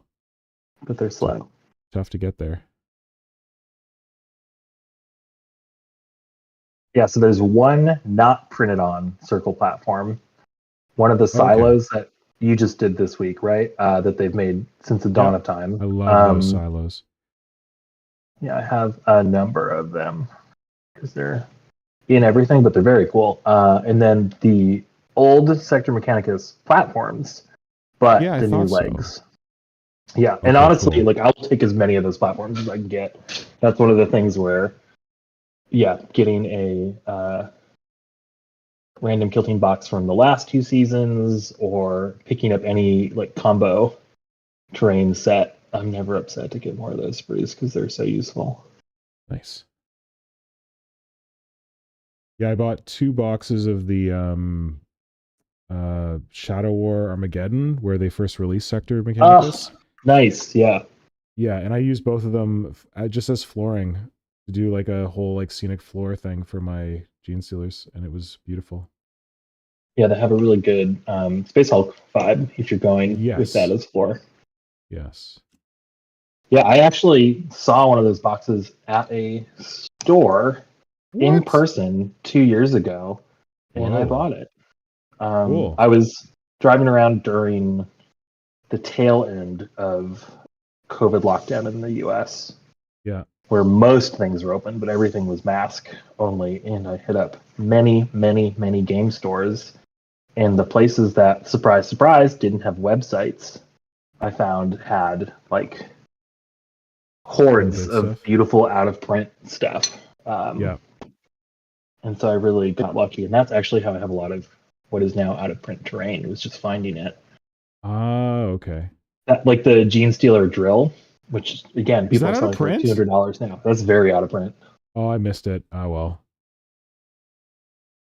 Yeah. I don't really love it. Again, Sector Mechanicus is too rickety, but that is super rickety. I will give you that. That is extremely rickety because I think it's 2 of the stacks high, so it's like 10 inches. oh my. Yeah, I never got that, but I didn't really feel the need. I just feel like I'm a Gene Stealer person, so I should have one, but who cares? Yeah. The coolest stuff has been people I think have done really great conversions with that as a land train. Yes. And had it horizontal. And I really was impressed by a lot of that. I like that.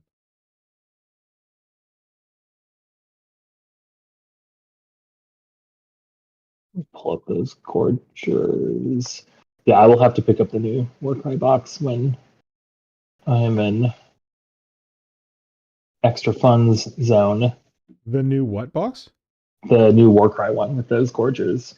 Oh yeah, I also wanted it for the terrain, so definitely want to make that into a Tyranid. Oh, that would be perfect. Yeah, good call. Yeah, I thought that would be a nice Ash Waste bit in a very Star Wars Sarlacc, capacity, but I did not think of that for Tyranids. That would be perfect. Oh, as soon as they previewed it, I'm like, so nice of Games Workshop to release some Tyranid terrain. See, and that's converting stuff in a nutshell. Thank you for these gifts. It's not what you wanted me to do, but I'm going to do it. This is a gift for me. I have found what you intended, even if you didn't intend it. Oh yeah, if you took off the bones, that would be beautiful. No, you just sculpt Tyranid stuff over the bones. That would be beautiful. I'll make it happen. I'll show you. Yeah, because I'm ready. I'm ready for it. Yeah, that's the only bit that's really ogre-y. Yeah. All right. I have got some creepy ass tentacles on this thing, which I am happy about. Now is the key time where I decide if I'm going to go to bed or I'm going to all night it. And I think I'm leaning towards bed. Oh shit. And Kajan's here telling everyone to like and subscribe. If someone is magically still here watching this with us, please hit the like button. And if you're not subscribed to the channel, consider subscribing to the channel. I don't make a habit of doing 24-hour streams, but you know, I do stuff.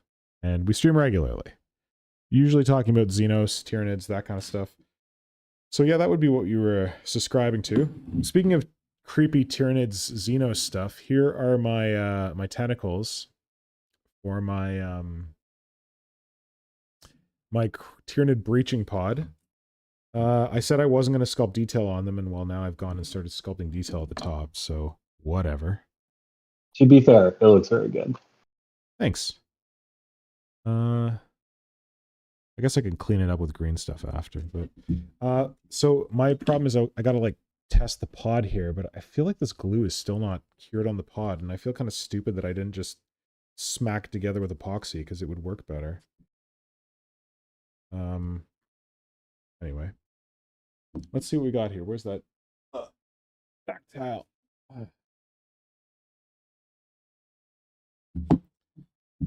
Let's see if I can get a better angle on the camera, which is going to be a jerky mess for anyone watching the camera. If you get, you know, motion weirdness, maybe look away from the camera for a second. I'll let you know once I'm done messing it around and got it into the position that I wanted in. Just saw something I wanted to fix and I can't remember what it was. Whatever. Okay, so I'm going to adjust the camera now. So look away if you want to look away.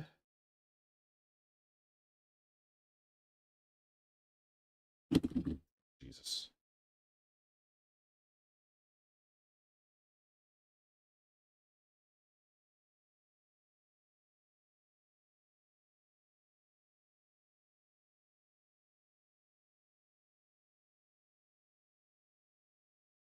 Okay, I'm gonna hold on, and I gotta turn this upside down.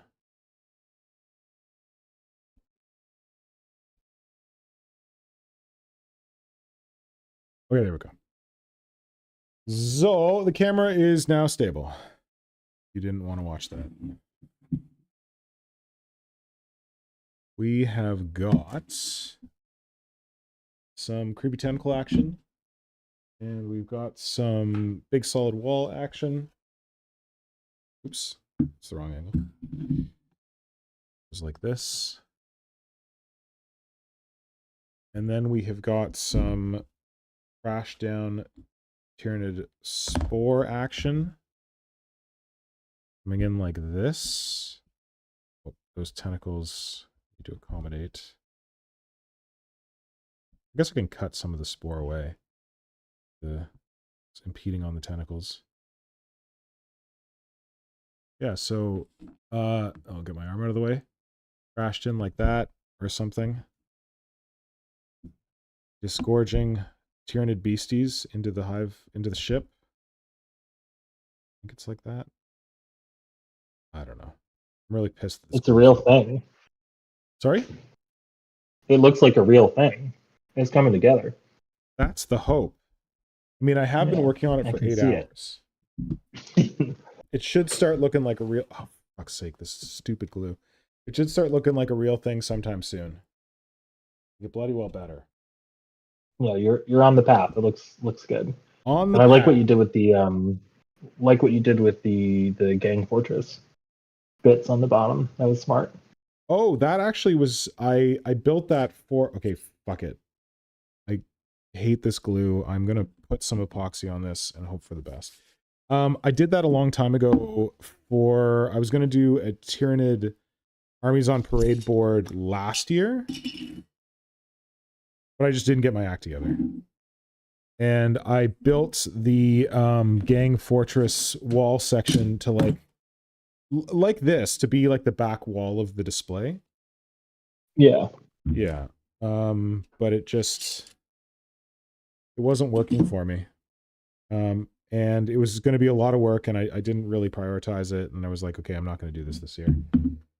Because I wanted to have it built into a box so that I could easily, like, stow it away, but the box I got was, like, huge and very heavy. So I've just been storing all my industrial terrain in it since then. Okay, this is probably going to be a terrible idea, but I'm going to do it anyway.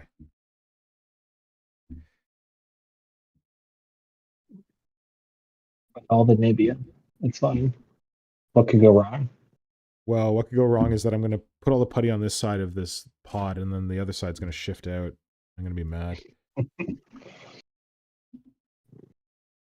Then if I go fix that side, it'll mess up the first side, and back and forth and back and forth. Back and forth. Yeah. Yes. Let's What see. glue did you use? I missed the gluing. It's the stupid no more nails that works when you're like got like a flat surface to a flat surface, but this is like an awkward, weird foam surface that like the contact points are not amazing, and I keep messing with it and like poking it around, and I didn't leave well enough alone. I put the glue in, and then I decided to go in and shove a bunch of foam down the middle of it to fill it up so that I could put putty in there, and it's one mistake after another with this thing. One learning opportunity after another. Yeah, I wish they weren't so frustrating when they happened. Yeah. Yeah, I have been fully converted to team. I only use super glue if I'm not using plastic glue. And I didn't think I was going to be that person, but it is very cheap. Yeah, but you can't. I dollar don't think you can stores. superglue foam. Can you? You can certainly try. You can certainly try. There you go. Yeah. Yeah, I'm not sure. That's a good question. Like I was assuming the superglue would eat the foam, or like because it's brittle. It probably would eat the foam. That's a good call. I'm just nervous about ever since like I was a kid and I was first getting into Warhammer, and I was like, I'm gonna make terrain out of styrofoam, and I spray painted a styrofoam table that I was working on, and it just ate the styrofoam. I'm like, okay, I'm not putting anything on foam ever because it just eats it. Yeah, I learned that about a year ago, and didn't know that there was like a Well, I fume learned this in like grade reaction 9, either. man. Come on. Yeah, not great. Not a great moment in my life. And I did it in my basement because it was winter. Uh-oh. So Yeah, I was that'll like, make some whoops. fumes. Whoops. That is And I not a made the great time to plunge for train building and got an actual decent hot glue gun, which you can run cordlessly for a few minutes at a time, and that's been really great. Oh, nice. That will eat into foam, but if you play your cards right, it can be helpful, you know, Yeah, you can like carve it. depending on how you're supporting it. Yeah, so that's what I kind of have learned to do when using like bark for terrain, which I really love. Oh, nice.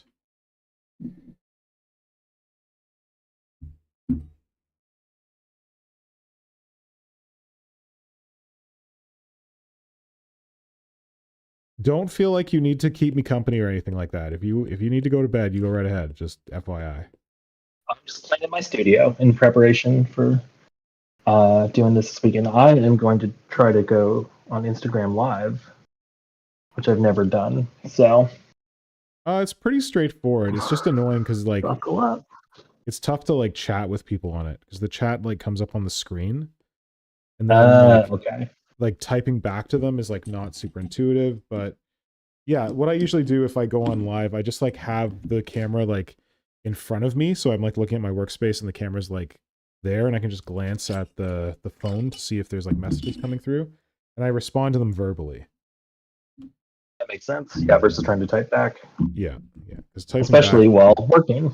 exactly. So like you can glance up your phone while working, and like they scroll up, so you might miss some if you're getting a lot. But I think the best way is just to like watch it on your screen. I appreciate the tip. So what other tips do you have? Because you gave me a very helpful tip as I was starting and failing at that tip, where you're like, before you start, make sure you eat something. Can you give me a rundown? So yeah, oh, wait, eating. are you about to post them? Am I gonna like? Is this spoilers, or can you give me a rundown No, of your it's fine. tips? I'm trying to condense. So it's fun writing things for Instagram because you have like the 2,200 character limit. Yeah. So I love it because I end up writing like double that and then editing down to a concise document. So that's what I'm doing tomorrow morning. But I think eating and staying hydrated, eating first and just like having water on hand so that you can really get involved in the work is always great. Yeah. Versus having to wrestle with that. I think that going to sleep is advisable. Yeah. And that's a problem for me because I have a brain wired to keep going if I'm interested in what I'm doing. But I've learned that's a big helpful thing because not even being rested, but I think this applies to what you're doing as well. Very much so with this is getting to come back with clear eyes the next day. Yes, that's a good point. You know, like getting to reset and whether it's problem solve in that time or even just come back to it without frustration. I think it's it's been really helpful to me because when I did it straight through, I kind of squandered a lot of time being frustrated with the thing I was working on. Oh, okay. And coming back with like a renewed sense, it was nice because you could see all the progress you made and the time that you spent. Yeah. So that was encouraging. And then having that clear perspective on what I was doing and being excited to work on it again rather than resentful. Good. Okay. Not that going for 24 straight hours isn't fun in its own way, because it definitely is. But yeah, I think that was constructive. And you talked about this a lot at the beginning when you started streaming, and I strongly agree. It's just being decisive about it. Well, I think that the deadline helps you be excited. Decisive. That's for me. That's the whole thing. Is it's like having that you can't get too caught up in making the perfect decision, but the hope is that you are able to make decisions that you feel good about and live with them. Yeah. And for me, like with this market or 2x2 I've been working on, the whole point of that project is to have all of the time in the world to get it right. That's important to me. And I'm like I've learned how to design 3D printable files during this project for this project. So I can make the perfect tables and all that. So there's something really rewarding about that. Yeah. But on the other hand, sometimes it's fun, and I'm hoping you're having that experience, to just like go for it, have that deadline, and say I'm going to make the best of the time I've got. Yeah. It's a different kind of inspiration. Hello, I'm back. Hello, Brett. Good to see you. Hello, you're back. How are you feeling? Better. Good. You have more coffee and another shower? I can't drink coffee. Oh, I drink tea. Yeah, I can't really do like caffeine. Yeah. Yeah. What part of Australia are you in, if I heard that correctly before? I'm in Melbourne. I spent 2 weeks there. Yeah. In 2019, and I loved it the most. So please help me move there, please. Where else did you go? In Australia? Yeah. Sydney, and I hated it. Yeah, that's fair. What did you hate about it? I think part of it is that I quit smoking at that time, so I have to examine it through that lens. Oh, okay. That I didn't want to spend $40 per pack of cigarettes. So to be fair, I was cranky, but it was metropolitan in a way I just didn't like. Yeah. Yeah, Sydney's and Melbourne felt more... like really good neighborhoods. Sydney's very businessy, and Melbourne's a lot more artsy generally. Oh, nice. Okay, I didn't know that distinction. See, that makes sense. Yeah. Yeah. I've heard there's a lot of I mean, it's a city. There's all sorts of shit, but there's a lot of parts of Melbourne I've heard described as similar to like Portland and Austin, Texas, and places like that. As a U.S. resident, strongly agree. Yeah, that sort of vibe. And Sydney's just like a city. Yeah, best coffee. You both just said you can't drink or don't drink coffee, but best coffee I've ever had was in Melbourne. I used to drink coffee, yeah. Nice. Yeah, it's because we have a very big like a lot of the sort of immigrants are from like coffee countries. Oh, nice. I know that Melbourne is the city with it's the biggest city out. Man, how am I trying to word this properly? It has the highest Greek population of any city outside of Greece. Oh, highest Greek diaspora? Largest Greek diaspora? I don't know what diaspora means. I think it means people who've moved away from that country. I guess. Yeah, but there's just like the only place that there's more Greek people than Melbourne is in Greece. Is Greece, like per capita, yeah. Yeah, like... And it's if I remember correctly, third most international city after New York and London, which is pretty international. Nice. Yeah, we in Toronto we have like one of the highest like Estonian diasporas of anywhere in the world. and my mom is Estonian. I don't know how we manage that, but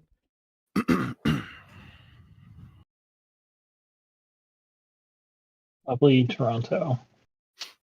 Yeah, it's fairly multicultural in the big cities. Once you get out into the country towns, less so, but a little different. yeah.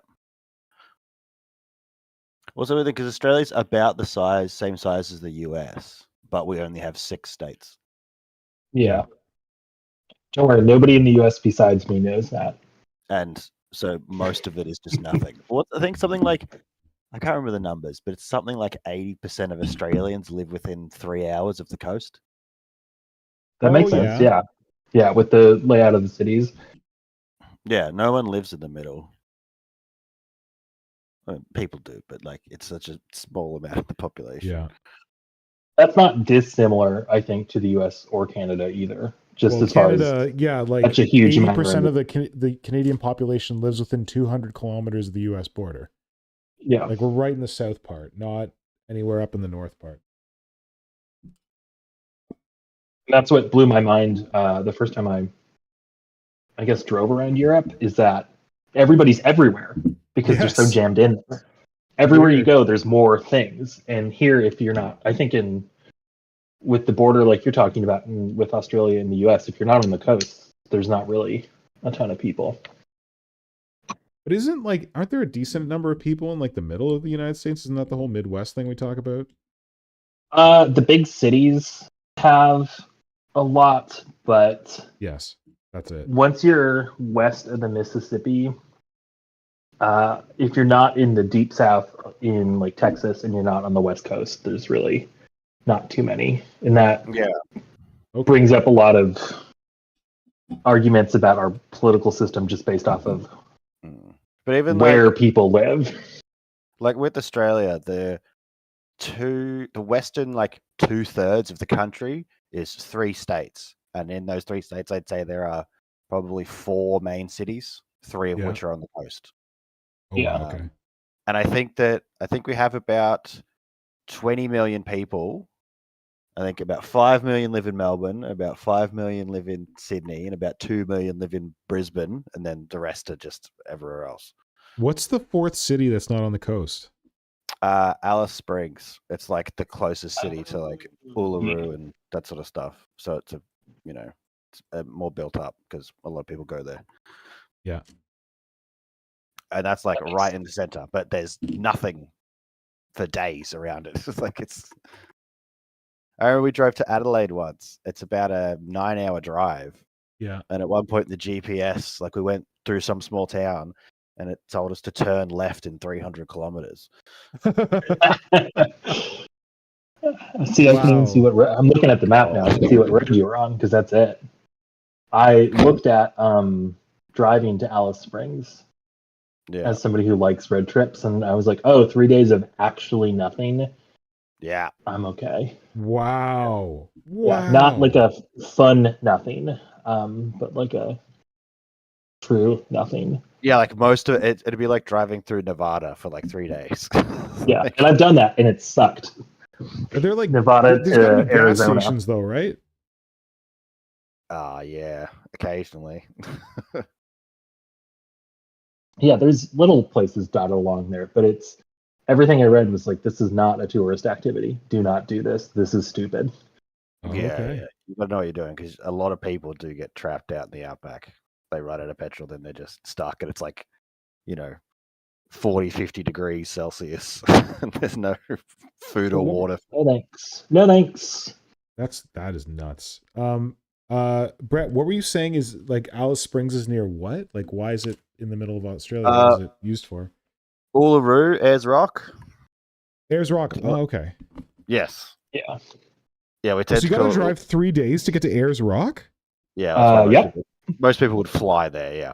Oh, gotcha. Yeah. And the flights are extremely expensive for that very specific reason, which makes sense because it's a tiny airport and they're only servicing whether it's domestic or international tourism. So yeah, like my parents went there last year, like because mom hadn't been since like the 80s.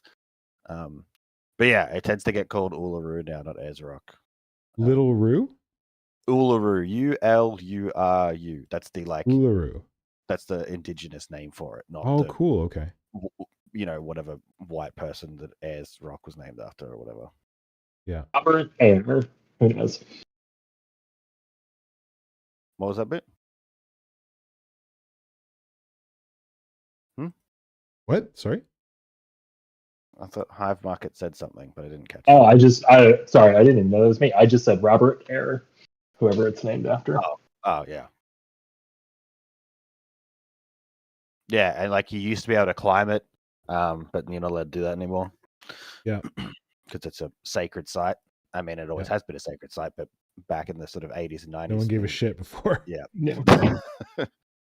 That's something I was really blown away with being in Australia and New Zealand is the amount of ownership that is being taken about not necessarily being respectful about that stuff in the past.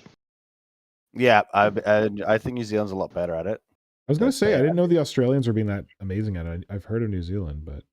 Yeah, there's a lot more integrated. Well, better than the US. How's that? And Australia is getting better. Like a lot of event things you'll see will have land acknowledgements. Well, that, but also like the Aboriginal place names, as well as the, sort of. That's good. We don't go that far. Although we ripped off some of the indigenous names to name our places. Oh, a lot of our places are like that too, but the ones that aren't, like you'll see like Melbourne / Naarm. But this is only on, this is on like gigs that I go to that are fairly sort of, left wing stuff. Like it's not. Yes. It's only a certain crowd that does it. Yes. But yeah, anything official, like any government stuff, always has the acknowledgement of the traditional landowners. Yeah.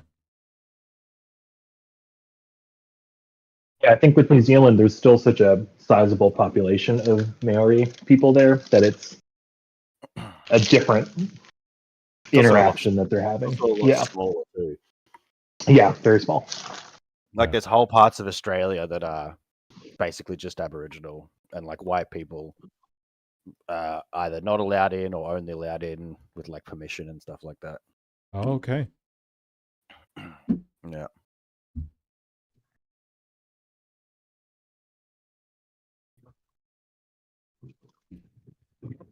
Yeah, I'm just looking at a map of Melbourne. I paused cleaning.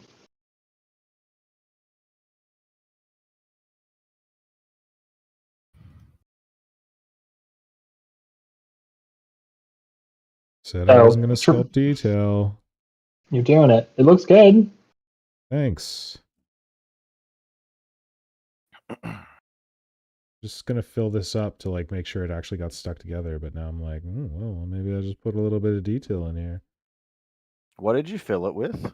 What is it actually? I can't even tell what it is. Okay, so this is a 2-liter plastic bottle. Okay. That I cut pieces out of. I filled it with expanding foam. And then I tried to glue it together with no more nails. It's not really working. So now I'm shoving epoxy clay in there to try and bond it together. And it's going to be the Tyranid breaching pod that smashes through the wall. Yeah. That's actually something I can work on while I'm feeling a bit seedy, is my November stuff. There you go. That's not detail work.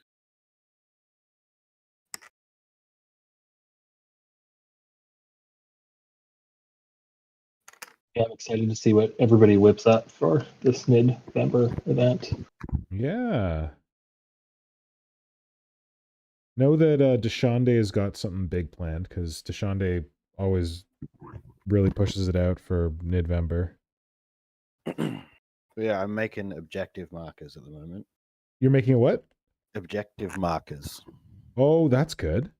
Yeah, and so what I did was I got these little seed pod things, and I put them in upside down 40 mil bases, and then I'm going to fill the bases with some pink clear resin. Oh, I like that. And then the amount of open seed pods is there's one with 1, one with 2, one with 3. So that that's the objective number. Yeah. Great. Really good solution. And yeah, I filled the edges with putty to like build them up so that I can have, you know, a bit of basing around the edge. But I just used like plumber's epoxy. Oh, the quick stuff. Yep. Yeah, it's dirt cheap, and I did 6 bases, and the last one I had to really work at because it was starting to really cure. Like you get a couple of minutes working time. That's it. But that's all you need. Yeah, not doing details. When I was first starting sculpting and converting Tyranids, I was trying to be cheap with everything, and I did some conversions with plumber's putty, and I think that's maybe why I got good at sculpting, because you got to be so quick. Oh, I love that. I'm gonna look this up. So considering maybe making some of those what do you call them? Like the old Forge World terrain, like the spore chimneys or whatever they're called. Yeah, capillary towers or yeah, spore chimneys. Yeah, I might try making some of them out of like Sculpey or something. Cool. Some sort of oven bake. Yep. Because I'm not using green stuff or something like that to make that. That's ludicrous. That's huge. Oh, that's a super cool model. I could do it out of like foam, but I think it'd be too light and would just fall over. Oh, well, you could put a weight in the base, I guess. Yeah, but if I just make it out of Sculpey, it'll be heavy enough, probably, yeah. Yeah, more than heavy enough.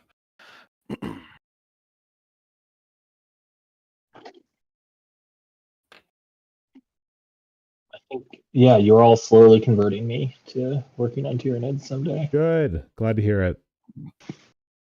That's the goal. Well, you could...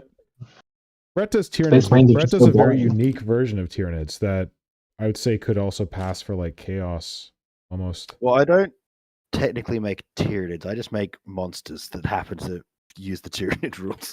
There you go. That's the way to do it. I don't. This is what we're talking about with converting stuff. I have recently made a couple of Tyranids that don't have 6 limbs. Shock, horror. Yeah, my Tyranofex has got, well, it's not finished, but it will only have 4. One of my Zoanthropes has 2, and the other has 3 limbs. 3? Man. Yeah. Chaos and anarchy, buddy. Yeah. I just don't like symmetry, so. No, do it. 1 arm and then 2 little arms on the other side. Working out for you. That's for sure. And I mean, also they all have or like human faces and stuff. So. Oh yeah, Brad is Quarantine Miniatures on Instagram. Sorry, okay. I should have. That was my question. I was like, where can I look at these? Yes, yeah, Quarantine Minis. I should look that up and share that out. I think my brain is getting slow. As Diana was talking about, brain's getting slow. Tom Knight, it's the same in Wales now. There's more of a focus on the Welsh names for places instead of the English ones. Snowdonia is now the air. And the beacon, reckon beacons are now called Banau. I can't. It's Welsh. Good luck. Like recipe for mispronunciation. Quarantine. I was doing my oh shit, I got to do my thing. I was doing my video update, and I'm like, oh yeah, I'm talking with Brett, who is Pandemic Miniatures. What the hell was this thing again? There you go, Quarantine Miniatures. Something like that. Like it's these are very cool. Pandemic is shit miniatures. Oh, God, I can't remember what it's called. All right, Quarantine. Oh yeah, the freaky little rippers. Oh yeah, the Game Over Man. Game over, man. Aliens. Oh. Okay. Oh my God, it's 1 o'clock. I think I gotta call this. I think I gotta go get some sleep so that I can be somewhat useful. I'm realizing I need to clean up before I go to Games Workshop tomorrow, because Nora will be home while I'm at Games Workshop, and oh man, it's getting to be the point where I don't know how much streaming I'm gonna do tomorrow morning before I leave. Because I don't want to start a stream and then just end it an hour later or 2 hours later. That's not fun. Especially if I'm 24 hours. Oh, wait, in 15 parts. That's fine. Doesn't quite have the same ring to it, no. But it doesn't have the same ring. Doesn't. But that, I mentioned this when we were talking about it earlier. That was really something I got so much feedback on, and I'm really glad that people spoke up who were interested in participating, is just framing it in a way where Yeah, Do it's it like if you have whenever. kids. If you have kids and you need to deal with your kids, like I don't want that to exclude somebody from getting to jump in on this. Yeah. So yeah, I think this was the kind of best model I could think of as far as let's set a loose time parameter and do what you can do. Yeah, it's like looking at like people who do like game jams and stuff. It's like Yeah. you need 72 hours just to yourself. Yeah, people don't know that's a lot. Yeah. That's a lot. Brett, these are awesome. I'm looking at the Ordnance Demon. Oh, which one's that again? Hang on. God, I give them all 69 weeks ago. I Yeah, give there them you all. go. What's it look like again? It has, I think, a troll, Sigmar troll base. It's got a big face. Oh, it's the Hellbrute with the big face and the cannon eyes. Yeah. Is that the one? I don't know. It's got a big creepy face on it. Big creepy face. I mean, is that what a Hellbrute looks like? I don't know. No, not at all. Anyway, looks awesome. That's what I use it as. That stuff's all my chaos spawn. Okay. So that's a future, because I'm always spinning as many like future projects as possible because that gets me excited. But I do want to do a bunch of chaos spawn for the Helot cult in Necromunda. Yeah. So I have a spawn armor that is everything is either sort of counts is like a the spawn. Or is like made to look spawn. So I have 20 actual spawn that are all I see it. you can cut them, and then a bunch of like big demon engines and crap. Yeah. Spawned up. Spawn tank, spawn Hellbrute. Yep. Spawn big gnarl guy. Yeah, these are sweet. These are very freaky in a fun way. Yep. That's the idea. Chaos is so cool. I get a lot of weird looks when I play with them. Yeah, that would be. Hi, this Dozer Blade has teeth in it. Makes sense. Yeah. Friends, it is now 1 a.m. I started streaming today just after 1 p.m. So I think that's probably a good time to call it because I'm feeling rough. You're halfway there. What? You're halfway there. I'm not really halfway there. No, nowhere near. The counter says 15. I saw 15 hours and 24 minutes. That's what happens when you take breaks. Yeah. So don't say nowhere near, but yeah, I got some time left on the clock. Is what I'll say. But I'm glad I got in 12 hours. I feel like that's good. Yeah. Of my own time, even if it wasn't 12 hours of challenge time. Was it even 8 hours yet? It was 8 hours, right? Yes, this is the 8th hour. Oh yeah, 8 hours. Okay. Groovy. And it looks like a thing. And the details are helping it look like a thing. Yeah, it's like getting to be a thing. And then like once like the tentacles cure and once the putty cures on this pod and cements it together a bit more. Oh no, I'm just looking at it. I'm like, oh, I should put some putty in here now. No, do that tomorrow. When it's hopefully a little more solid. I went to look up from what I was doing to look at your thing, and YouTube was just playing an ad. Oh, bastards. Sorry, buddy. Okay. It's back now. They ask me if like I want to put the ads on, and I'm like, I don't want to have to like manage ads while I'm trying to work. I'm gonna do a terrible job of that. Yeah.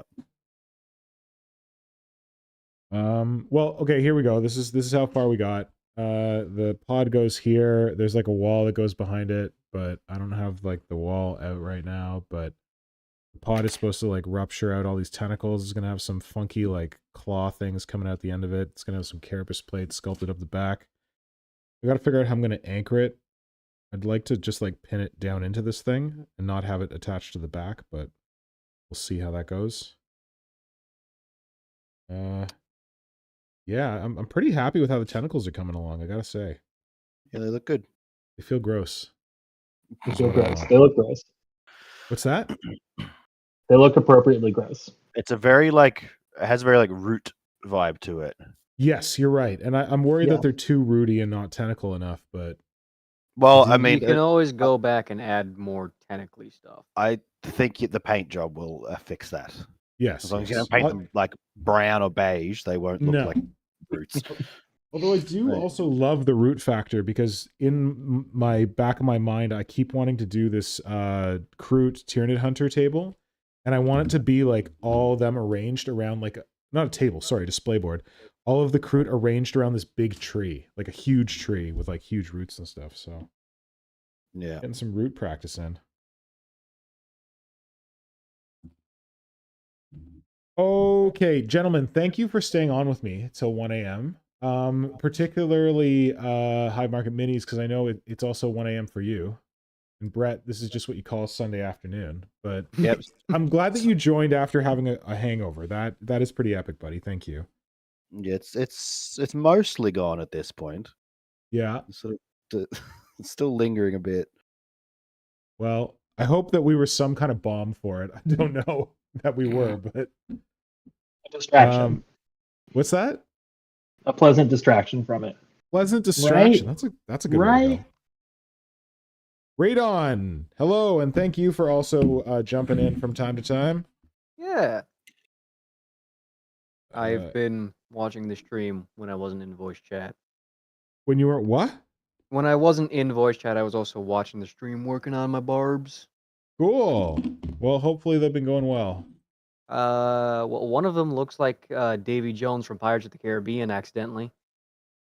Well, that sounds like a happy accident. It is. And there's a second one that's going to end up looking like him too because of the closed mouth. Gotcha. Also, it's 105. I'm just going to say Oh, you're also 105, right? Yeah, it's late. yeah. North America team. So North American team staying up when it counts. it's probably like the last time I can stay up when it counts. Playing for 'cause- keeps. It's what we do. Yeah. Team. All right. I'm going to What go to is bed going on? before consequences bite me in the ass. I'm gonna So- go to bed. I'm gonna try and walk my dog. I think he's like dead to the world. I think I'm gonna be like, hey, let's go for a walk. And he's gonna be like, screw you, I'm already asleep. Probably knowing dogs. All right. That's fair enough. No, I do that if someone tried to take me for a walk at 1 o'clock. No. All right, gents. Have a good night. Sleep well. I'm gonna stop the clock here at 15, 19, 20. I'm like, maybe I can get that more 20 minutes in. I'm like, no, I gotta get ready for bed. You gotta call it when you gotta call it. What? You gotta call it when you gotta call it, you know? You're right. Thank you. And as the originator of the 24-hour tile challenge, if you tell me that I gotta call it when I gotta call it, I think that's a good call. Here to back you. You know? Thank you for validating my sleepiness and telling me it's okay. Oh God, I just realized something. What? My body despises me, so I'll be asleep in like 3 hours instead of like being able to plop asleep. Oh no, maybe you should start a 24-hour stream. No! I do not recommend it. Yeah, Uh, the last time I did 24 hours was like 5 years ago when like, oh, what grade I was don't know. I don't know 5 that I've years ever ago? done 24 hours. I mean, I've gotten close. Wait, I tried to do a 24-hour gameathon and I don't think I made it. I think I fell asleep at like 3 in the morning or something. 24 hours of what? Or just Gaming, like video games. It was when I worked at a video game company and it was like for charity something or other. fair And enough. it was like, let's play video games for 24 hours. And I was the only one who was like gung-ho about it. Like other people like dip in and dip out, but like I was the one person who was actually gung-ho. Probably they all thought I was nuts. Probably. All right. I'm going to run. Thank you all. I'll speak to you soon. Thank All you right. to everyone. Anyone who's still in the chat. Anyone who's still in the chat. Say, oh, Diana, thank you. Say good night. Please like and subscribe. Kajan's just getting up at 7 a.m. Kajan, did you sleep at all? As Diana says, please like, subscribe, and comment. Let us know what you're thinking about this build so far, or of the whole like 24-hour tile thing. You're going to do your own 24-hour tile? What's it going to look like? What's your plan? Let us know in the comments. And there will be another stream tomorrow to continue this on. It'll probably be in the evening. I don't think I'm going to be able to get one out before that. And then we will also continue on Monday and maybe wrap it up on Monday. God, I hope so. So, yeah. Thanks. I'm going to stop the stream now. Bye to Radon 999, 995. Bye to Brett. And bye to HiveMarketMinis. Thanks for kicking off the challenge. So yeah, happy to. And good night or appropriate farewell for your time zone. Thank you, Diana. Very considerate. Kajan, I'm sorry you didn't sleep. Maybe during the day. But thank you for hanging out, Kajan, and reminding everyone to like and subscribe. I really appreciate that. And Dan Kaplinger, good night. It's looking good. Thank you, sir. Happy to hear that. And I'll see you, whoever can make it on the stream tomorrow. Bye. Yeah.